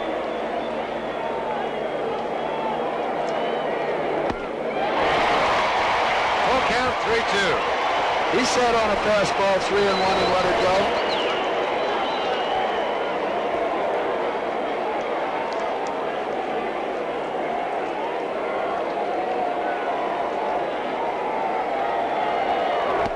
Knock him out. He's making good pitches. And that's what's necessary. This bullpen for the San Diego Padres is going to have to keep the ball game close to see if they can score some runs as we take another look at it, Earl, in the super slow-mo. They've been doing that, just fastballs, and he had something on both of the 3-1 pitch and the 3-2 pitch. Super slow, it doesn't look so hard here, but it's coming in there. See the seams again on that ball. Now there's 2 gone, and that'll bring on the leadoff hitter, Bobby Dernier, who has popped his second, was on a fielder's choice. A little bit low, the count 1-0. First time I've ever seen the super slow-mo. Where'd that come from, Don? Oh, they had that in the Olympics, Reggie. That was great. I'll tell you. It is going to be just absolutely what it is. Super.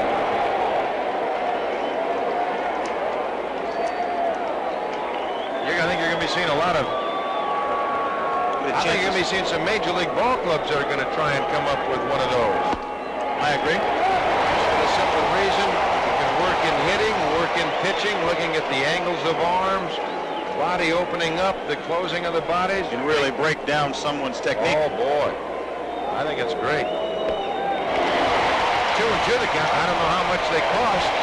But I think if it can help win one ball game, it makes it worthwhile, especially if that ball game happens October 7th. Yes, sir. If it'll get you right here today, it's worth it. 2-2 the count. Foul left side, out of play, back in the seats. And there he'll go back and get another bat with a new handle in it.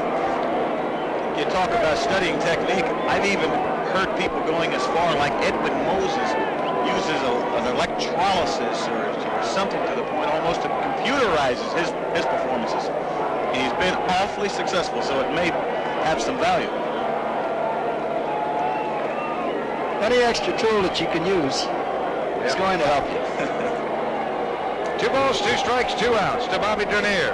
We're in the top half of the 5th inning, and the Cubs on top 3-0. 5th and final game. The winner of this game will go to the World Series representing the National League against the Detroit Tigers. Bounce to Nettles, backs up on the big hop, quick release to Garvey in time. So Dernier, the Cubs are gone. We're halfway through, 3-0. We'll be back with more baseball after this word from our local station. Well, it will be Bobby Brown to lead it off. He'll be followed by Martinez and then Templeton in that order as we're in the bottom of the 5th inning. Cubs on top 3-0. Greg Leffers throwing in the bullpen, the winning pitcher last night. Well, Brown in center field due to the injury and the broken hand of Kevin McReynolds. The Padres this year were very fortunate as far as injuries were concerned. They only had 2 players on the disabled list all year. So Dick Williams could really play the same lineup, only platooned every now and then with Nettles and Luis Salazar at third. But today, he's got Brown in center field, McReynolds out of the lineup. That means an awful lot to the success of a ball club, Don, when you can play the same players day in and day out. Only 2 injuries is amazing. And catch up to the fastball, 0-1 the count. You know, when you see something like that happen, I wouldn't be surprised if the trainers on this ball club, the San Diego Padres, got a few calls from some of the other trainers around the league in baseball. Well, that might be. Dick Dent is the trainer for the San Diego Padres. Pulled back in time, they appeal, they say no, no, no. And right before Brown went to bed, Jody Davis walked out to the mound and called both Say and Durham in a little bit. Said, let's watch out for the bunt. And sure enough, Brown tried to get one down. Brown struck out his first time at bat.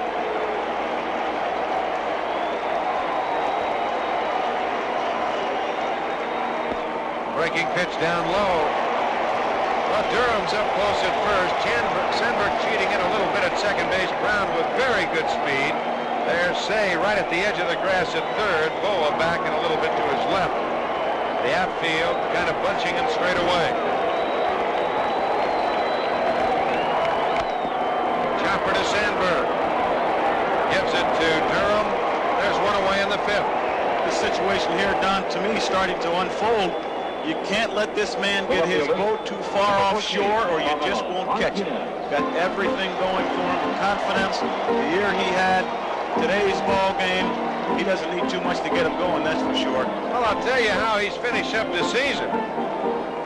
In his last 6 starts, Sutcliffe allowed 4 hits in one game, 3 hits in another game, 2 hits in his last 2 starts. Now, what's the matter with that? Nothing, and there's 1 hit in this ball game off his glove. That's it. Here's Carmelo Martinez. Pop to Boa at short. Takes outside, the count 1-0. And of course, Sutcliffe having one of those kind of years that you see so many people have when they get ready to enter that free agent market. Well, let me ask you this. You see a pitcher on a roll like this, are you more apt to give your hitters a take in a situation like this? No, not with this fellow. His control's too good, Reggie. I can see, though, that they're going to try to lay the ball down the last 2 hitters. That's 3 or 4 bunt attempts. They haven't been able to get it down yet. But is that almost like giving in? No, they're just going to try anything. They're 3 down. They got to get some people on base. Now the Padres in a catch-up position. Cubs on top 3-0 in the bottom of the 5th inning, 1 out. 1-1 to Martinez.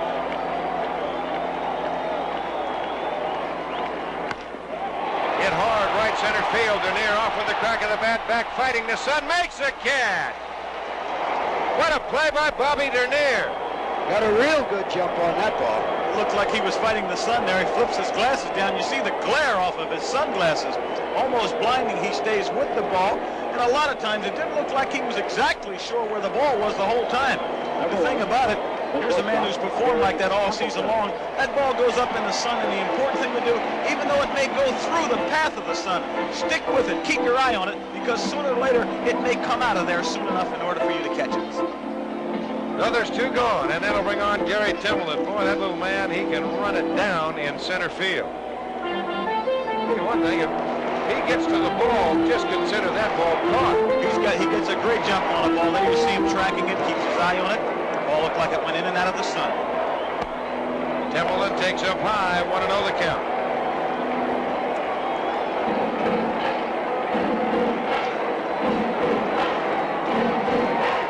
Templeton gets on. We got another pinch hit situation. To the hole, off of the glove of Durham, base hit, rolling into shallow right field. Moreland will come on. So that is the second Padre hit, and Dick Williams again will go to his bench.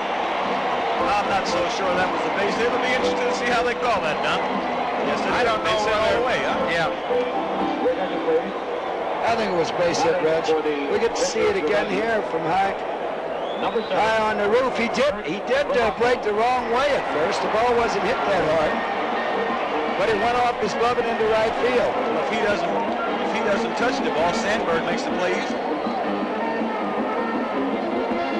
Well, a reminder that tonight at 9 o'clock Eastern Time, you can see President Ronald Reagan and Walter Mondale in their first debate here on ABC, which will be moderated by ABC News commentator Barbara Walters. That's tonight at 9 o'clock Eastern Time, right here on ABC.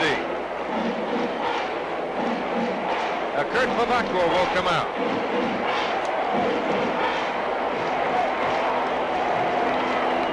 That ball right there, an infield hit per se. I don't think Sutcliffe would have got there to beat Templeton anyway, even if Durham comes up with the ball. That ball luckily didn't go through anyway. But the second Padre hit, the Cubs only have 3, but they've got 3 runs alongside of it. They've got 2 home runs. I think in order for the Padres to put some runs on the board against this fella Rick Sutcliffe, they're going to have to hit the ball out of the ballpark, because he's just not going to give up 5 or 6 hits in an inning, Don. Doesn't look like it, no. And every time the Padres have had anything at all, they had a 2-out walk to Wiggins in the 3rd. Wynn bounced to 1st. Now they've got a 2-out base hit by Templeton here in the 5th, and Bavacqua, the hitter. They had a 1-out single by Kennedy off of the glove of the pitcher Sutcliffe in the 2nd. He got Brown to strike out, and Martinez popped to short. Again to 1st, and Templeton back. Bavacqua's been at bat 1 time in the series, hit the ball hard over at Wrigley Field, but hit it right to Sandberg into a very quick 4-6-3 double play. And again, Dick Williams was forced, because of pinch hit situation, to take out a pitcher that was pitching good balls. That's right. Dave DeVecchi came on, shut the door for 2 innings. Bavacqua takes low. 1-0 the count. On deck, the leadoff hitter, Alan Wiggins. Kurt Bavacqua has kept himself in the big leagues because he puts the bat on the ball consistently and puts the bat on the ball hard. I believe over at Wrigley Field, when he came to bat, we saw some numbers that he was 5th on the all-time active pinch hit list. That's low, the count, 2-0. That time just took a little bit off, a little nothing, little fastball.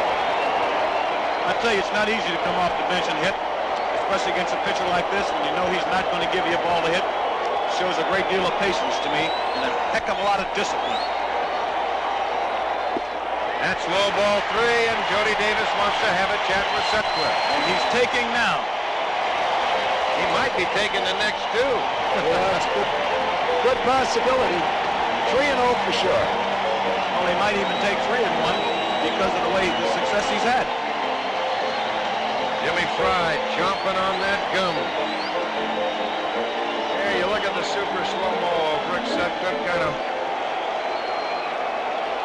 coming over a little bit more than usual. little more straight up. He's more or less a straight up and down type pitcher, but that time that left leg planting a little bit better and something to throw against instead of that whole body carrying him off to that first base side. 3-1 the count.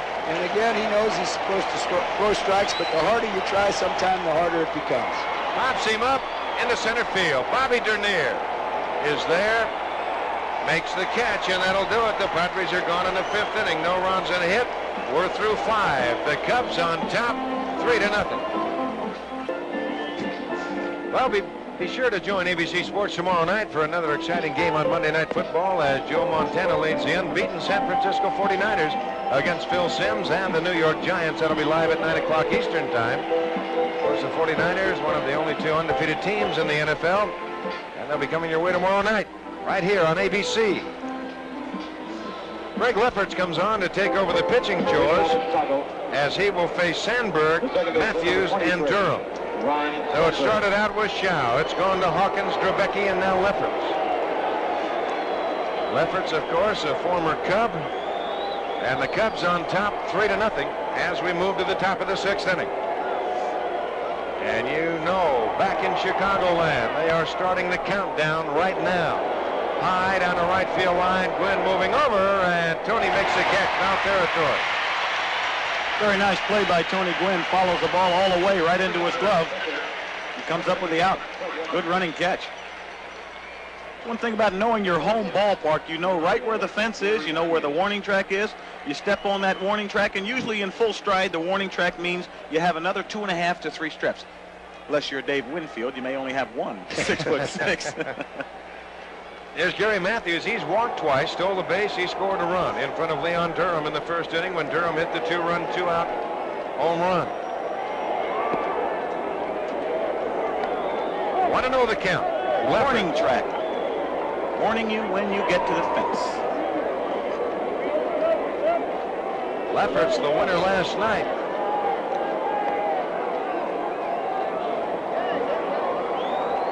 See right there, acquired with Martinez from the Cubs in a 3-way deal.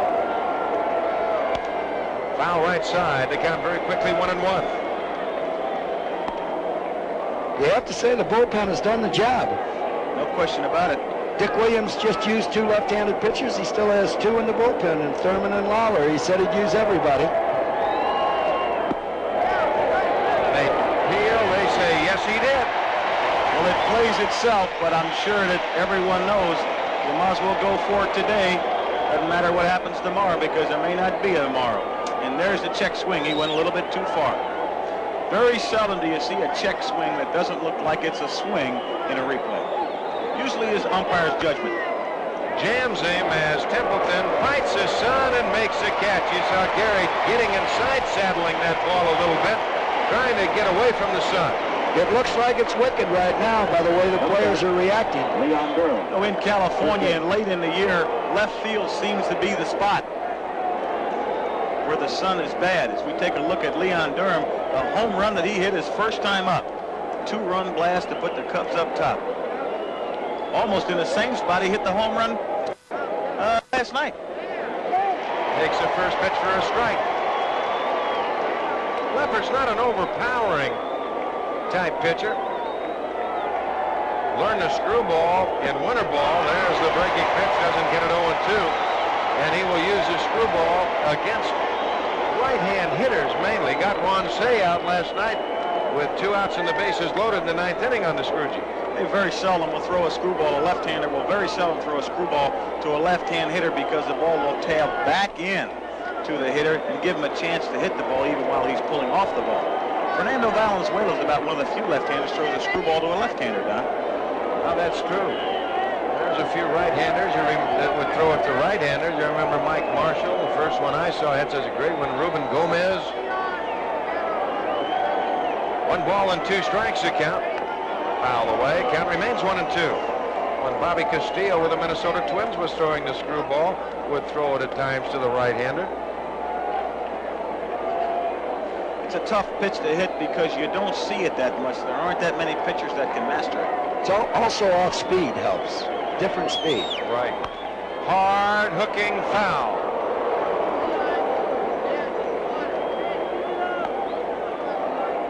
There's a pitch that was not in the spot where Lefferts wanted to throw it. There's 2 outs in the top of the 6th. The Cubs on top 3-0. Although sometimes good hitters will hit any pitch, Earl. You may throw it where the hitter happens to be looking for it. And when a man has a year that Durham had, he can hit the ball anywhere. Struck him out with a breaking pitch. 1-2-3. Cubs are gone. Bottom of the 6th. 3-0 Chicago. We're with Richie Phillips, the attorney for the Umpires Union. Richie, you have obviously reached some kind of accord with the commissioner and with the league president. That's right, Tim. The league presidents and the commissioner and I have had several meetings, and today we decided that we were close enough to reaching a final resolution that we should submit the issues to the commissioner for arbitration. The commissioner is a man that I trust, and I felt with a critical game like today that we were close enough that we ought to put the umpires back on the field after yesterday's great game. I just wanted to see them back today and not wait until the World Series. You feel like a fair decision will be reached, even though the commissioner is an employee of the owners? I don't think this commissioner is going to be an owner's commissioner. I trust him, and I think that my trust will be rewarded, Tim. Okay, Richie Phillips, attorney for the Umpires Union. Now let's go back to the booth to Don Drysdale. Thank you very much, Timmy. Thank you, Richie. As the Padre fans now get up on their feet to try and hoop it up a little bit, try and get something going. The Padres in the bottom of the 6th inning have the top of the order. Alan Wiggins to lead it off, followed by Tony Gwynn and Steve Garvey. Sutcliffe has scattered just 2 hits. Foul away. And again, before the inning started, Jody Davis walked out and called his third baseman Sayers, first baseman Durham, and they don't want anybody getting on without swinging a bat. They're going to protect against that bunt. The outfield shallow. Dernier slightly in left center field. There's your defensive alignment. It's getting late right now, and I feel that these Padre fans can sense it, Don. A bunt, a good one. Durham over. They can make a play. Perfect bunt. I mean, to tell you, he showed me something by getting that bunt down right there. Durham was in on the grass, charged the ball, and he still couldn't get it. He bunted that ball just hard enough to get it by the pitcher to make Durham go after the ball. This really shows me something here. This man's a great bunter. He makes a great bunt. Still No had a chance. shot right there, but Durham dropped the ball. Any chance he had, Durham dropped it on the ground, that's for sure. Look at the ball by the pitcher, at the second baseman. Any chance they had was lost when Durham dropped the ball. And they knew he was going to do it. Jody Davis had called them in, and they came in, and he still executed it successfully. Here's Tony Gwynn. Wiggins at first. High, 1-0 the count. And he might run down 3-0 just to keep everything going. I don't know if I have him run or not, Earl. But you never know. I don't believe he's going to go down 3-0. You can't have that leadoff man thrown out. With that lead, it looks like he was to me on that last pitch. 1-1 the count. You've got that hole on the right side. We'll see how Gwynn will go as they keep Wiggins close at first. Gwynn uses the entire ballpark. We've talked about that. Dernier slightly in right center, but he's back a little bit now. Moreland straight away in right. Matthews straight away in left. Reggie played for Dick Williams. You know he's not afraid to gamble.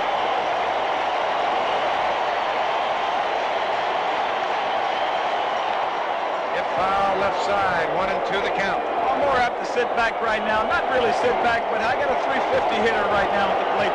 Let me let him put the ball in play, and he's also got the first base hole to work with. It's good thinking. It's real good thinking, but I'm guessing with Dick Williams. San Diego Chicken trying to get the crowd motivated, but they have not needed a lot of that in this series. A ball and 2 strikes. Look at Davis, how far he's sitting outside. Sutcliffe will just an easy toss. Now that right there is just to show you I know you're over there, but he has a much better move than that. He may be just trying to lull Mr. Wiggins to sleep because he does have a pass to being picked off at first base. This man's got an outstanding move to first base. There he goes. There's a line drive base hit left field. Wiggins makes a turn. He'll hold right there. Matthews on the ball in a hurry. So the Padres put the first 2 men on here in the 6th inning. And that'll bring on none other than the man who won it last night, Steve Garvey. You take another look at this. Tony Gwynn, 350 hitter, gets the bat right on the baseball. He doesn't try to do too much with it. He wants to put it in play hard, and he's successful at that as Matthews picks up the ball. And here's his runner. Here's Steve Garvey and a visit from Steve Fry, and we've got all the stars and all the people on the marquee right out in the middle of the diamond right now. Boa, Fry, Davis, and Sutcliffe. Well, the thing, if you're a hitter, what you'd like to do, and we haven't talked about it, but you've got to notice it. You'd like to try and do something, whether you're a Cub hitter or a Padre hitter, try and get your licks in because that shadow has all of a sudden crept out to home plate. Like to say, if I'm hitting right now, I'm Steve Garvey. I know that Jim Fry has come out and talked to a man who's the best pitcher in baseball the last couple of months of the season. He's told Rick Sutcliffe, give him all you got. Steve Garvey has already thought that in his mind, and I can't wait to see 2 of the best professionals right now on October 7th, 1984, go at it. And 2 former teammates. Up high, 1-0. Davis on that ball in a hurry. That last pitch at 92. No action in the Cub bullpen. Well, Fry was probably talking to Sutcliffe, wanting to know if we should change the pattern. After last night's ball game, 4 hits, they might want to switch what they're attempting to do right here with 2 men on base to Garvey.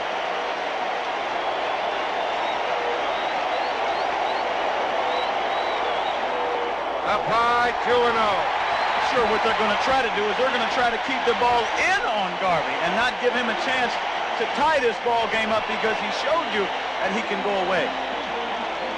Well, when you get a man who likes the ball out over the plate, as you say, that in-behind type hitter, you would certainly want to think a little bit about keeping that good fastball in on him. Well, don't be surprised if the base runners go just to keep it going.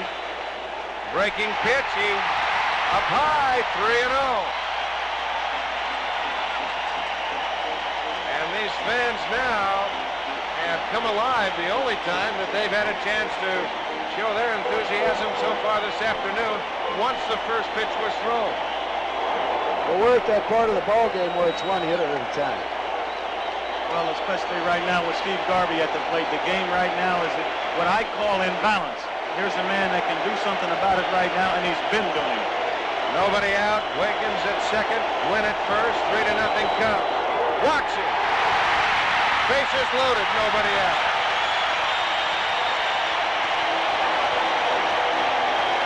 Second walk issued by Sutcliffe. And the bell still has not rung in the bullpen. So Garvey standing at first, Templeton at second. I should say Gwynn at second and Wiggins at third. And here's Greg Nettle. And still nobody out. Now for Garvey, that's the first time that he's walked in the series. He does not walk very much. Not at all. Here's Nettles. He's bounced to second and popped to second. So the tying runs are aboard. 3-0 Chicago. Sutcliffe will work out of the stretch on that inside corner, and Nettles doesn't like the call.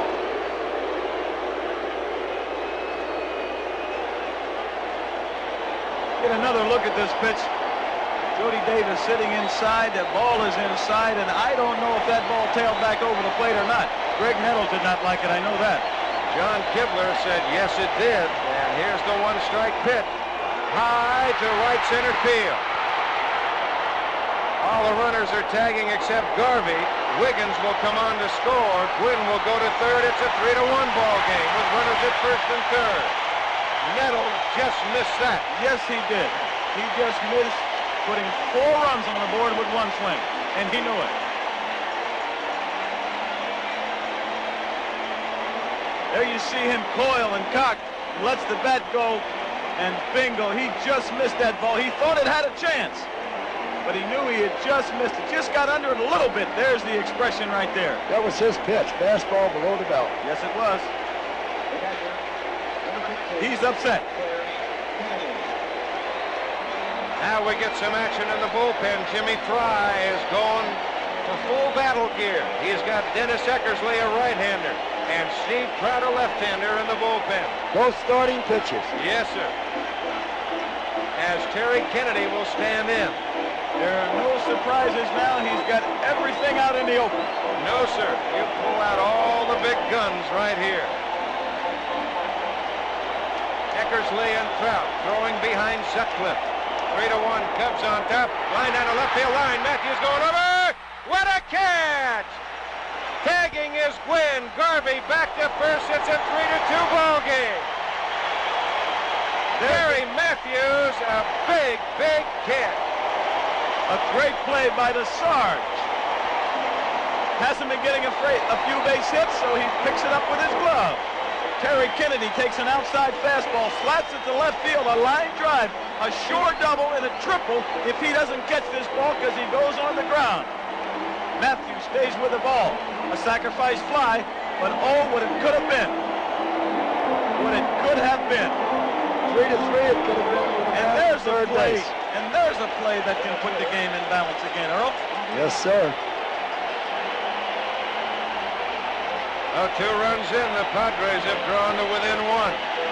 And here's Bobby Brown. Garvey remains at first. Inside to Brown. Trout the left-hander. Eckersley the right-hander.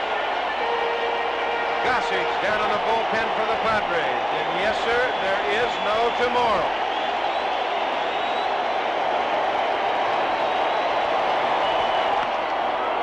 Durham on a big hop. He'll step on the bag and the side is retired. But the Padres come up with 2 runs on 2 hits. We're through 6 complete. Cubs 3, Padres 2.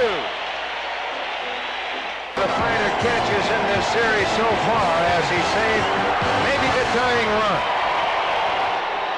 It's 3-2, and a reminder that the National League Championship Series, an ABC Sports exclusive, is being brought to you by Budweiser. For all you do, this Bud's for you. And if that catch wasn't the finest, it was one of the most important, or the most important right up to this point. Oh, no question, Earl. That was a big, big catch by Gary Matthews as Keith Moreland will lead off the 7th. Moreland has walked, and he is wide to center. He's 0 for 1. There's the strike, and now the shadow is right at home plate. You know, as a hitter, Don, I don't think quite yet the shadow comes into play because it's not far enough out. The ball, you're still seeing the ball with a lot of sunlight. Right. Bounce foul. Curtis Lewin says only the shadow knows. Lamont Prince. He was the shadow, Reggie. That's him. That's when we used to sit and watch the radio instead of the television.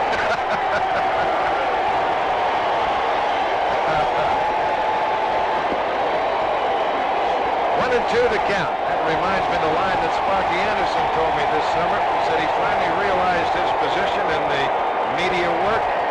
He says he's got a face for radio and a voice for television. And our congratulations to Sparky and all the Detroit Tigers. There's a line drive left field. Right there, Martinez to make the catch. A reminder that tonight at 9 o'clock Eastern Time, President Ronald Reagan and Walter Mondale in their first debate here on ABC, which will be moderated by ABC News commentator Barbara Wohlers. That'll be tonight at 9 o'clock Eastern Time, right here on ABC. We've reached the point of the game where we're down to each out. Maybe not each pitch yet, but we're down to each out. Each one's very, very important, as you say. Here's Ron Say, 0 for 2 today. Scroogie doesn't get it, 0-1. Now that kind of a pitch will be tough to pick up because it's a little tough to pick up the spin on a breaking ball, a slow breaking ball, off speed. 3 runs, 3 hits, no errors for Chicago. 2 runs, 4 hits, no errors for San Diego. The 5th and final game piled away. 0-2 the count.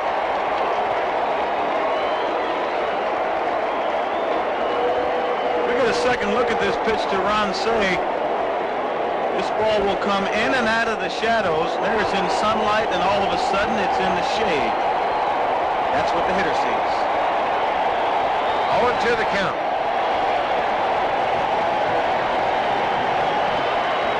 Foul, right side, out of play.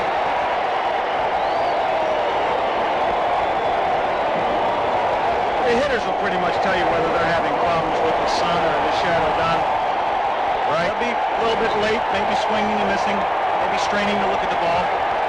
Watch the reaction, especially if foul balls coming off of the bat.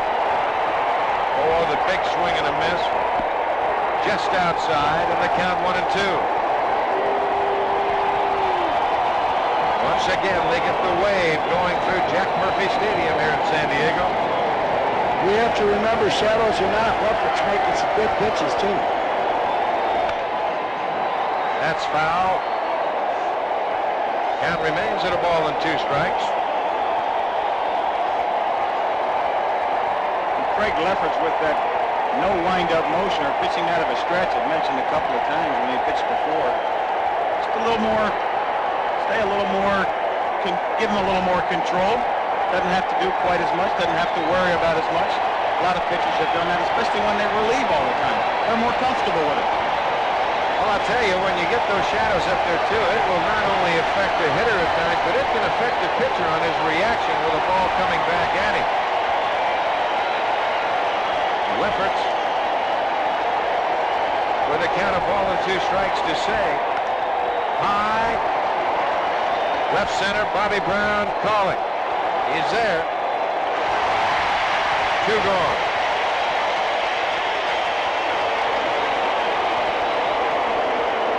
Get another look at this pitch, Don. In our super slow motion camera, boy, the ball looks really easy to hit here. As Craig Leffert lets the ball go, you see it all white right now in the sun, and all of a sudden, bingo, it's gone. That looks like it's got to make it a little tough to see. Now there you see that shadow. Now in another inning or so, that shadow will move on out a little bit more. You'll have the hitter back in the daylight, and that strip will be between the hitter and the pitcher. Bouncer by Jody Davis to Templeton. On across to Garvey. And the Cubs are gone in the 7th inning. We go to the bottom of the 7th, 3-2, and we'll be back with more baseball after this word from our local station. Oh, high over Jack Murphy Stadium here in San Diego. The shot from our Goodyear blimp Columbia from Carson, California. The pilot Charles Russell from Downey. And our cameraman Arch Griffin up there this afternoon on a beautiful afternoon here in Southern California. Warm sunshine.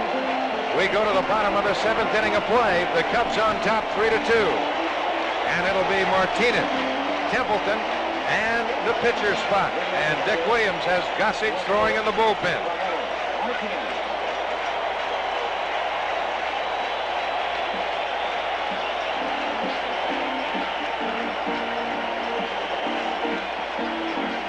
Oh, we're going to see a pinch hitter this inning. That's why the goose is up. Martinez has popped to short and hit the ball hard, and Dernier made a good catch running down in deep right center. There's Gossage. Up high, the count 1-0. Last inning, Trout and Eckersley were throwing for Jimmy Fry in the bullpen. On deck, Gary Templeton.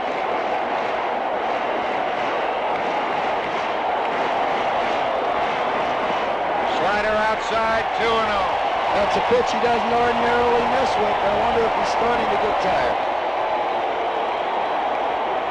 Martinez with 13 home runs on the year.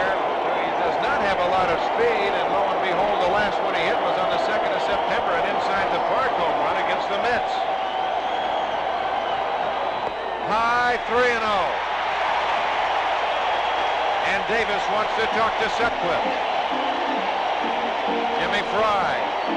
Concerned, very concerned. The last thing he wanted to see happen was for his pitcher to go out and throw 3 straight balls.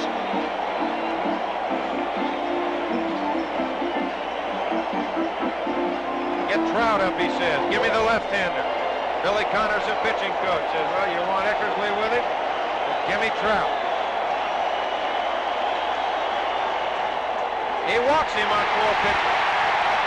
Sutcliffe did not throw that ball well at all. Oh, and you sure wouldn't expect that. He kind of aimed it, Earl. Yes, he did. Signs of fatigue, it looks like. Well, Sutcliffe now, and a whole trick right here. Maybe biding a little time, getting a little breather. Watch Sutcliffe here in super slow-mo. He does not have a lot on this pitch. More or less just kind of aims it up there and misses high. Well, I know, Don, that during the season when over there in Anaheim this time of year, I mean, it's hot. And we were down on the field today as we take a look at Steve Trout, who pitched the second game over there in Chicago. It is exceptionally hot down there. And I'm sure it's taking its toll right now on Rick Sutcliffe. This is where, for me, I like to hit against a guy like this now because I thought he got a little tired. Here's Templeton, going to square around the bunt. Does so. They might have a play at second, but Say looks at first, goes to Sandberg, and the sacrifice works. Yes, it does. A big sacrifice.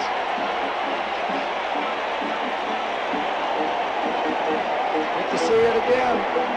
Templeton squares around, gets the ball down in a very good spot. When it hit that grass, it slowed up. At first, it looked like Say might have a play at second base, but first base was his only play. Good execution and a good bunt. Now here's Tim Flannery. He's going to come on and pinch hit.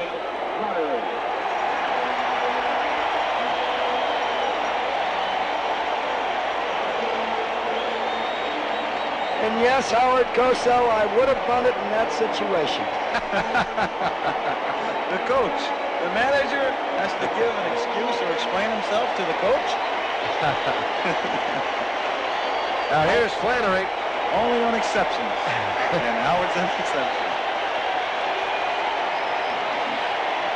Martinez at second. They go back there, but no throw. Sutcliffe will use that move. Be interesting to see to me now what they do with Alan Wiggins. Whether they want to make him hit right-handed or make him hit left-handed. Trout throwing. I believe it's Brustar got up along with him. Ground ball hit to Durham right through his legs. Here comes Martinez. We're tied at 3.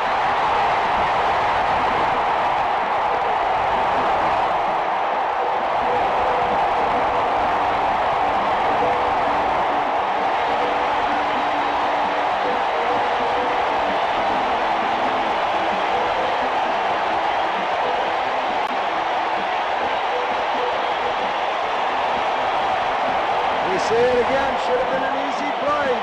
Durham's down doing everything he can to keep it from going through, but it got through anyway. Ball hit pretty sharp by Flannery. Durham gets down on the ball to protect, but he just doesn't stay down long enough. He's got his glove between his legs. He's got, the ball can hit on his knee, it can hit on the instep of his shoe or his glove, and it misses everything. A 3-3 tie. 1 out in the top of the order. Alan Wiggins, the hitter. That is Mark Williams, the younger son of Dick Williams, alongside of the Padres skipper. Here's Wiggins. There's a strike, and the count 0-1. The outfield shading Wiggins a hit to the opposite field. Moreland quite a ways over into right center field. Boy, I'll tell you, Wiggins ever turns on a ball, and it's Katie bar the door. Tries to bunt it, fouls it away. Right now, let's go down to Tim McCarver in the Cub bullpen. Steve Trout and Warren Brusca are both warming up, and I would imagine Jim Fry will save Steve Trout for Tony Gwynn, Greg Nettles, and Terry Kennedy. Back to the booth, Don. All right, Timmy, thank you very much. Trout the left-hander, Brusca the right-hander. And Davis wants to have a chat with Sutcliffe. Well, he knows that this may be Rick Sutcliffe's last hitter. They're not going to let Alan Wiggins turn around and bat right-handed because he's a .312 hitter right-handed and a .234 hitter left-handed. Tony Gwynn on deck. Say, even with a bag at third. Durham holding Flannery at first. 1 out, a run in. 3-3 tie. Little Looper left field. That's going to drop for a base hit. Matthews on a big hop as Flannery stops at second.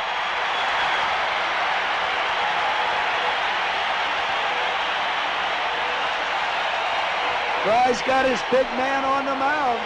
I think he's going to stay with him. Well, I would kind of agree. You got to either win it or lose it with your big guy. What do you think, Johnny? Well, he's got you where you're at. And you've got Tony Gwynn, the National League batting champion, standing at the plate. How are you going to win, Earl? Here's a case where you don't even want to be a manager. I've said that to myself a million times. There's Dick Williams. He's sitting in a pretty good position. Well, he's got a 350 hitter up there, 1 out. And the winning run on second base, the lead run. Go ahead, run. Well, we had an error, which would have been the second out in the blue pit, so Fry's decided to stay with him. I think it's a good decision myself. And I think that error will make the mind up for a lot of managers. Yes, Earl, sir. don't you? Sure. It's not like a line drive down either line. Right. It's an out the pitcher should have had. Alan Wiggins did a great job. He played hardball, big league baseball, did anything to get on, put the bat on the ball for a single to left field. Hard! Sandberg over his head, right center field, base hit. 1 run will score. Mullen is slow getting it. Here comes Wiggins. Here comes the front of the play. He's safe. The third is win. 5-3. San Diego.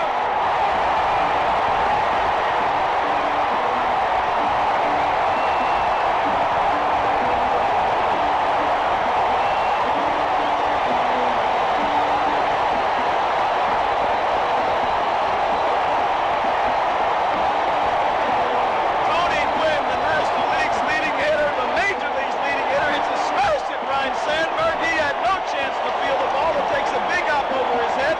As we take a look at it again, go by Sandberg, and to show you how hard the ball is hit, it rolls all the way between the outfielders. Again, you see him turn on that ball good. Rick Sutcliffe not throwing the ball as well. He must be tired. He doesn't have as much zip on the ball, and Tony Gwynn did the job, Johnny. So the infield comes in. The Padres. 3 runs here in the bottom of the 7th, and Steve Garvey will be the hitter.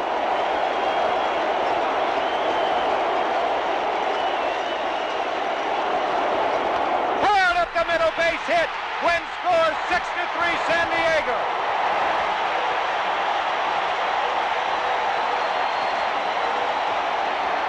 Now we'll see Fry come out, I'm sure. Here he comes.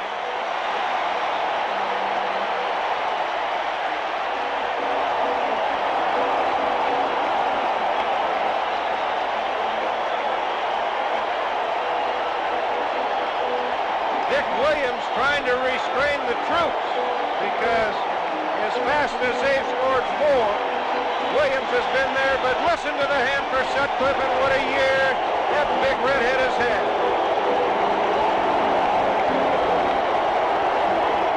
A break in the action. Steve Trout will come on. We'll be back from San Diego in a moment. Steve Garvey at first base, driving in the 6th run of the ball game. Trout delivers high to Nettles. So Trout making his 2nd appearance. Steve won game number 2. That was at Wrigley Field. There you see the numbers on Trout back in Chicago. 4 runs in for the Padres here in the bottom of the 7th inning. They now lead it 6-3. Foul away, the count 1-1. But don't count the Cubs out. They were down last night twice by 2, and they came back. We'll all have to do it all for the same fella, I think. We'll more than likely see Gossage. Gonna see Goose. Outside the count, 2-1.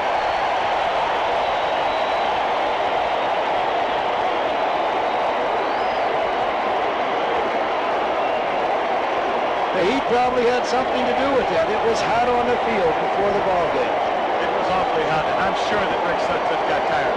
It had to be. Well, we all 3 of us were down there. We know how hot it was. Low ball 3-1. Brewster throwing behind Trout, and Davis wants to have a little chat with Steve. They can feel it here now. You played in this situation when you're on the field, when you're in the dugout.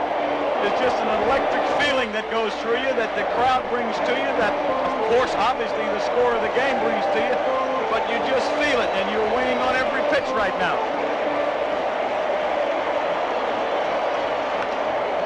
Durham looks It's at second. He'll step on the bag. There's two gone.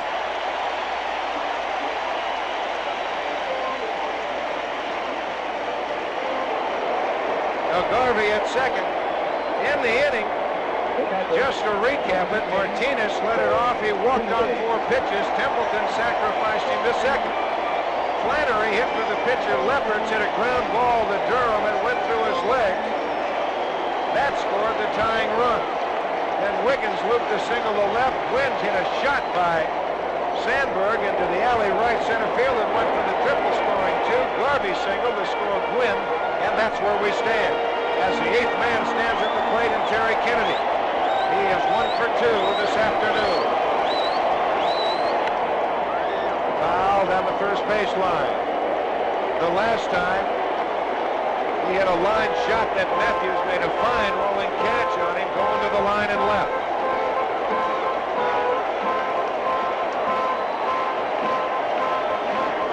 Well, we're down to outs.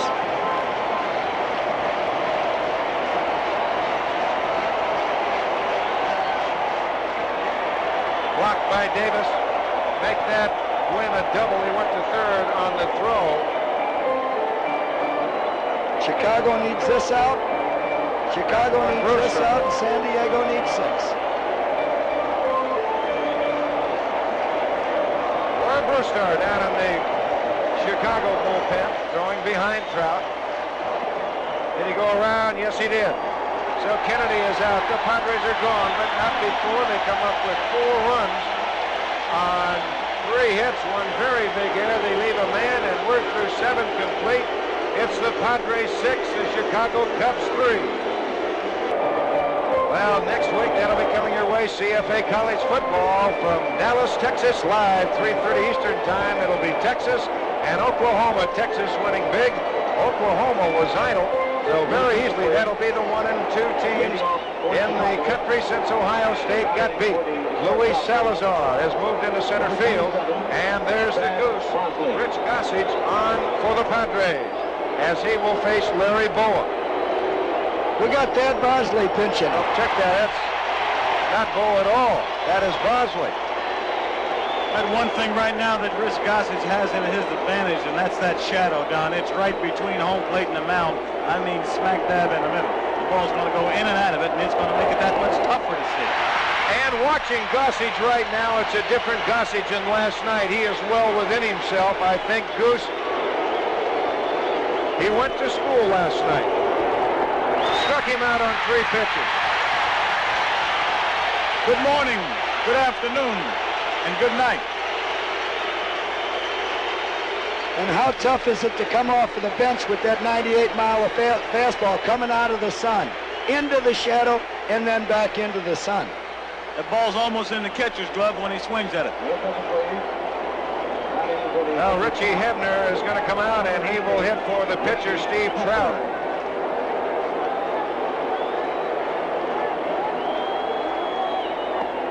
Went around. Gossage so much free and easier this afternoon than last night. It's like a different man out there in the same uniform. He might have needed that work last night. Very easily. 96 on that last fastball. To left field, slicing down the line. Long way to go. Foul. So it'll be right-hander Warren Brewster to come in the bottom of the 8th inning for the Cubs. The Padres on top 6-3. Sure that Rich Gossage can smell it. He can smell the cooking in the kitchen if you're 3 blocks away today. 6-7-0 for the Padres. 3-3-1 for the Cubs. Inside. Whoop, did it hit him? Yes, it did. Wait a minute. Now Terry Kennedy said no, it didn't, but John Kipper said, oh, yes, it did. And we'll find out for sure in a minute. The Goose winds up. We'll see if this ball hits him or not. I'm sure it did. There's no way he's going to get out of the way there. Just nicked him in the knee. Now Dick Williams very quickly to the mound. As he wants to talk to Gossage, it'll be Bobby Dernier to stand in. Dernier 0 for 3 this afternoon. Whitson and Thurman. So 2 starters for manager Dick Williams.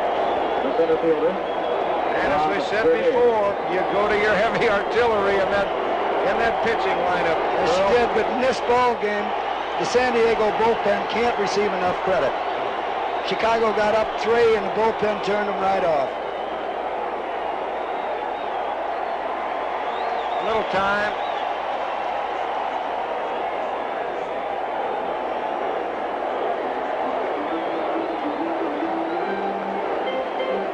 Well, there's 1 out, 1 on. And the Padres up by 3, 6-3. Pops him up right side. Alan Wiggins says he'll try it. On the skin part of the infield, out number 2. And Ryan Sandberg will be the hitter, 2 outs in the top of the 8th. And now we're down to each pitch of the ball game. Yep. You're down to each pitch and each out now.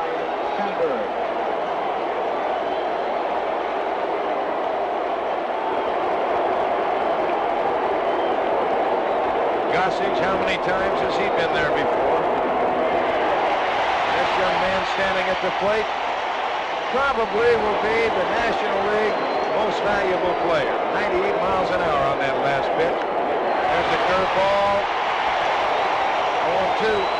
Playing with Rich Gossage, the more important the ball game, the faster, the more adrenaline he had flowing.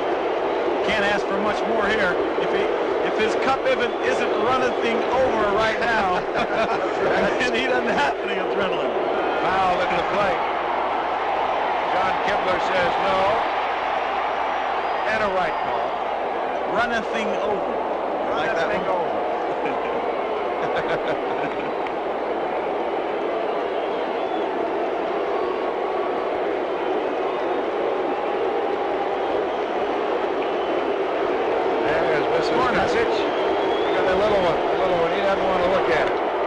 That's in the left center field, moving in a hurry is Salazar to cut it off at the pass. Throw back to second base.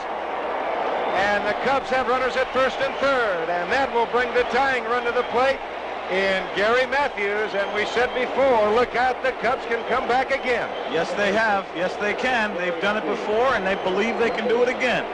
We're in a dogfight. Well, here's Matthews. He's walked twice, a stolen base. And he popped it short. He had some giddy up on that. Yep. And I wonder if he'll use that slider. I'm sure he will. Dick Williams was talking to me about that before the ball game.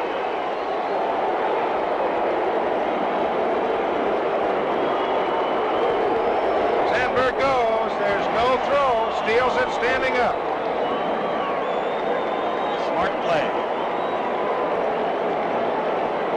Sandberg with his third stolen base of the series, and the count 2-1 to Matthews. Goose more or less giving him that stolen base, concentrating on the hitter. Garvey guarding the line, Nettles guarding the line. 2-2 the count. 98-mile-an-hour fastball on that last one.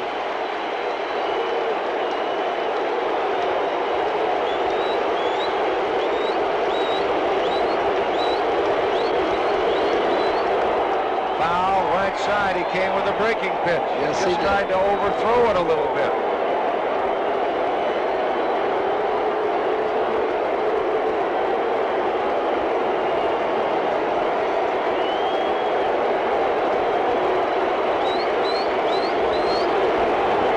Struck him out. No runs, a hit, no errors, 2 men left. We go to the bottom of the 8th inning. As you take a look at this last fastball by Gossage. Out of the shadows, into the sunlight, it's 6-3 San Diego, and we'll be back after this message and a word from our local station. Well, you're looking at the Vice President, General Manager of the Chicago Cubs, Dallas Green, and you just got to know what his insides are doing right now. He's been through it all, Earl, and to sit there, I think at times, is one of the most helpless positions you can be in as you look at Tom Weiser, the new shortstop. And that one victory that you needed that never comes is awful. Now it'll be Warren Brewster. He will be the third Chicago pitcher of the afternoon. Well, they still got 3 outs. Yes, sir. Cubs still have 3 more outs. Very good point, Reggie. Here's Salazar as he takes a strike.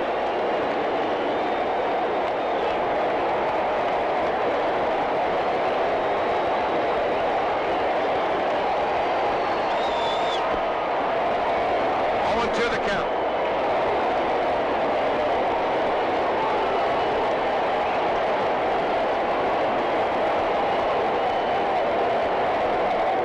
There'll be a little talk about the length of time that Fry left Sutcliffe in, but I want to say right now, he was the big man. That's right.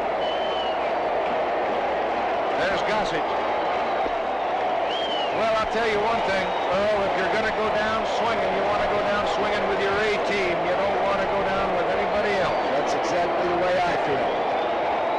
You go with the people that got you there. If it's good enough, you win. You drink the champagne. If it's not good enough, you come back next year. That's it, deep center field. Dernier a long way to go. Still going back. He can't get it high off the wall. Bounces into the wall. Salazar on his way to third. He will make it there with a triple.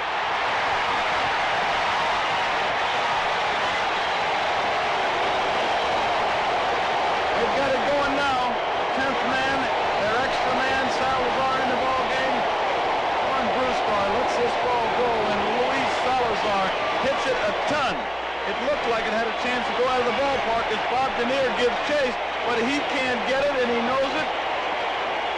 Off the wall, and he's got a stand-up triple. Take another look at it. Bobby Dernier watching it all the way, but he just can't get there, Don. Nope.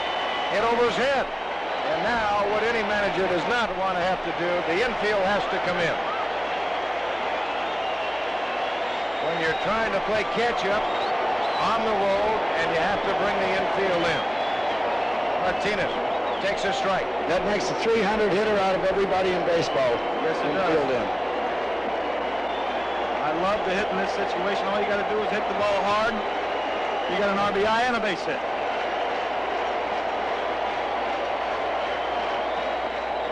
High, the count 1-1.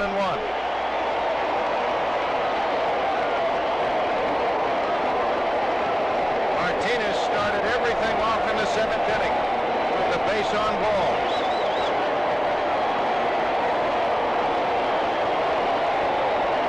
Now you have Bruscar standing out there in the shadow. Martinez in the shadow. The line in between. Squeeze! And they miss it. As Davis will tag out Salazar.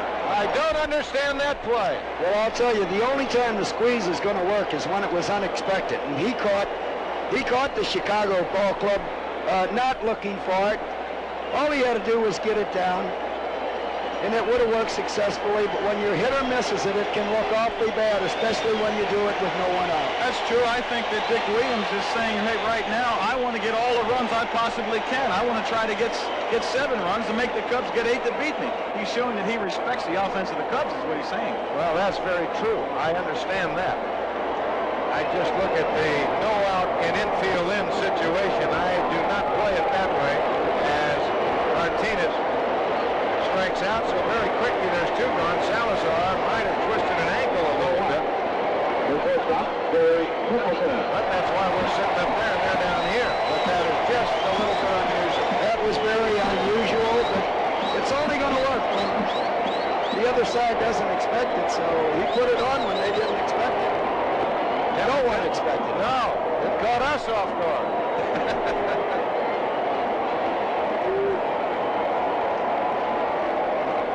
0-1 to Templeton. Up the first base side, Bruscar will go to Durham, and we go to the 9th inning of play. Here in San Diego, game number 5 is the Padres 6, the Chicago Cubs 3. Now Jimmy Fry and the Chicago Cubs, their backs against the wall. They had a 3-0 Don't just ride the index, seek to outperform it with Fidelity Active ETFs. Learn more at fidelity.com/active ETFs. Before investing in any exchange-traded fund, you should consider its investment objectives, risks, charges, and expenses. Contact Fidelity for a prospectus, an offering circular, or if available, a summary prospectus containing this information. Read it carefully. While active ETFs offer the potential to outperform an index, these products may more significantly trail an index as compared with passive ETFs. Fidelity Brokerage Services, LLC, member NYSE, SIPC. Lead until the bottom of the sixth inning. The Padres scored 2 to make it 3-2.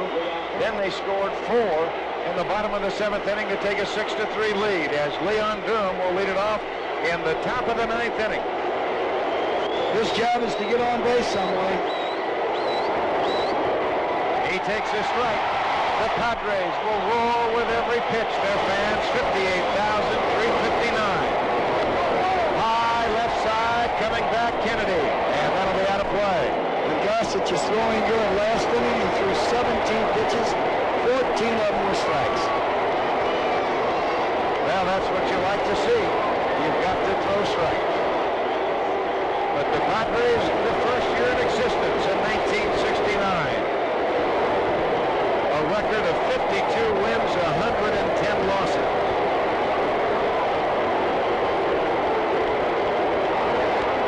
Out of play left side, 1-2 to count. Do you remember that lineup they had? Nate Colbert at first, Jose Arce at second, Tommy Dean at short, it's Spezio at third. Good ball high, 2-2 to count. Their outfielders are Raleigh Brown, Vito Gaster, Al Florar. Pitchers like Joe Nico, Kirby Clay, Al Santorini, hooking down the right field line, moving over Glenn, and does he make the catch? He makes the catch! What a play by Tony Gwynn! They're doing everything possibly right that they can do right. This is an outstanding play by Tony Gwynn. I didn't think he was going to get there. The ball would have been fouled, but that's the first big out of this inning. And again, full speed. Doesn't even have time to slow down and doesn't care. Goes right onto the bench and into the wall. One more look at it. An outstanding play. What a play by Gwynn! So 1 out, and here's Keith Moreland. He takes his strike, 0-1. These fans are on their feet as they roll with every pitch. Curveball, strike 2 call, 0-2 the count. The Cubs are on the roll. They had a great year, though, Tom. They've had a great year. Out of play, and you can't say enough about Jimmy Fry, his coaching staff, the fans in Chicago, the backing they had, Dallas Green, the entire organization. 3-18 one time in spring training. 3 wins and 18 losses, and here they are in the 5th game of the National League Championship Series. And a line drive, base hit to right. Gwynn will have to play it on a hop, and the Cubs, a team that will never say die. If you take the Cubs out, you've got to knock them out. Jimmy still got hopes. Jimmy Fry still has hopes.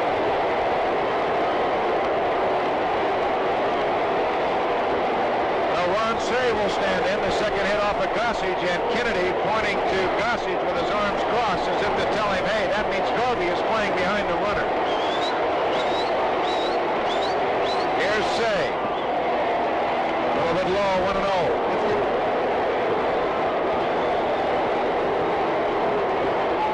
If you so desired, you could steal second base off of Gossage, but he doesn't care right now.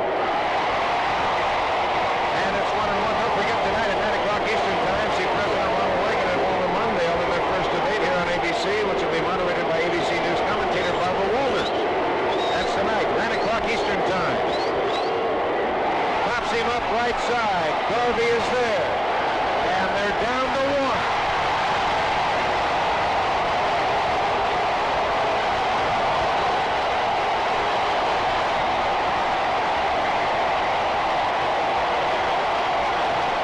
Coming up next is Ripley's Believe It or Not, followed by Hardcastle and McCormick over most of these ABC stations, except right here on the West Coast.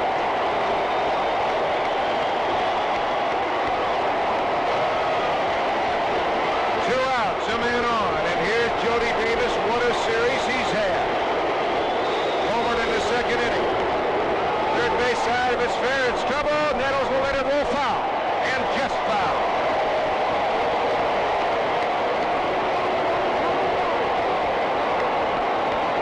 So Mullen will come back.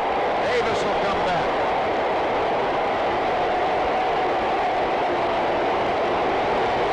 The Padres are down to 1.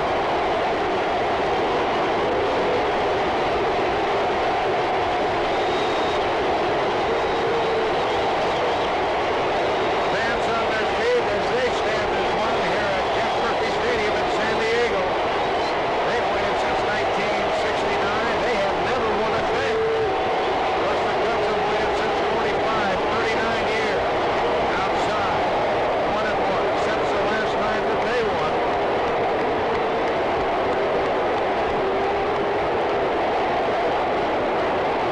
Along the line, it just seems you play that long to play one game. Is it fair? Off the hands, Nettles will go the short way, and then there were none. The Padres have won it all.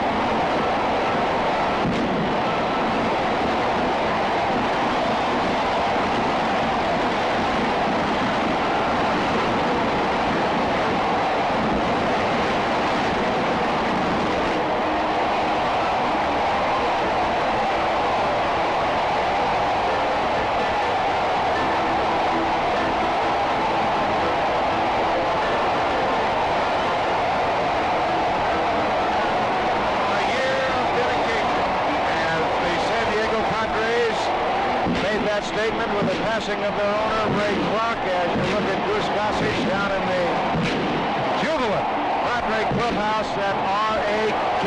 means Ray A. Clark, as Steve Garvey has been voted unanimously the most valuable player. Greg Leppert's the only man. He's won the last 2 games here last night and this afternoon. The only man to do that successive days. And a very, very disappointed Jody Davis. The final out coming at 4:08 p.m. October 7th, 1984. We'll be going back down to Tim McCarver in the clubhouse. We'll be back in just a moment.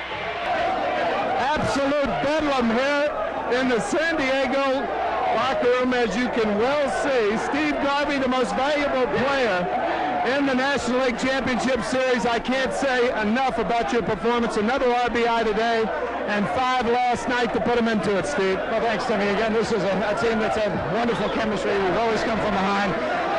We set a record. We came back down to 1-3 in a row. Great testimony to not only this team, but the organization and great fans. You saw what they were made of, and a special hi to Michael Rose, Christian Whitney. This one's for them. And also testimony to your fine play this year after a sluggish start with the broken wrist last year. It broke your consecutive game string.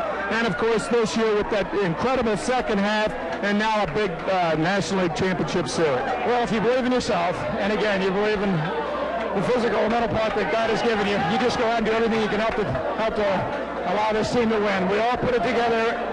Each day was a different hero, and that's what it's all about. But let's face it, coming back from being 2 games down, I mean, an incredible thing. Only one team had ever done it, and that's the Milwaukee Brewers 2 years ago. We had 3 things going for us. That was the character of this team, coming back to a ballpark and our 10th player, that was our fans. They were worth at least 2 runs a game for us. In what order was that home run that you hit last night as far as your throws in the game?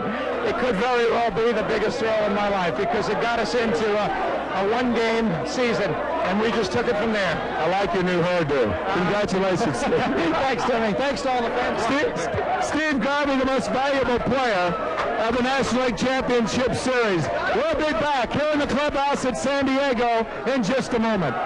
2 of the unsung heroes today retired 12 in a row from the 4th through the 7th inning. Craig Lefferts and Dave Dravecki, and Dave, you were first and look sharp. Oh, this is awesome, Tim. I'll tell you what, I've just got to thank the good Lord for the ability to play here and to be in this fine game. This has been great. It's been a team effort the whole way. Unity has been our motto throughout the entire season. Team pods is what we call it, and that's exactly what it was today. And unity was necessary when you were down 2-0, even though you were coming back home. Well, yeah, it's been a 25-man effort for us all year, and the 92 wins during the season and the 3 wins here. 25 men did the job to make us win. We didn't win pretty, but we knew how to win, and we did what we could to win. And you were the winning pitcher in last night's ball game. That had to be a big thrill, huh? Oh, I'm so thrilled. Winning the game or not, it doesn't matter. I went in, and I got to play it, and I did well, and that's what I'm happy about. I'm happy for this bunch of guys, and I think it's the greatest thing in the world right now. Craig Lefferts and Dave Dravecki, and now one of the big guns, the Goose, with a save in today's game, and you've had a lot of these things, haven't you? Oh, they're never enough, they're always great, they're all sweet, and everybody did a great job. Those guys are so unsung, those little guys, that without them, we wouldn't have been in the ballgame. You appeared to be throwing harder today than you were last night. They got a couple of runs off you last night, and today, bouncing back less than 12 hours later, you appeared to have more velocity. I had those shadows, Tim. Those shadows are great, It's tough to see up there now, and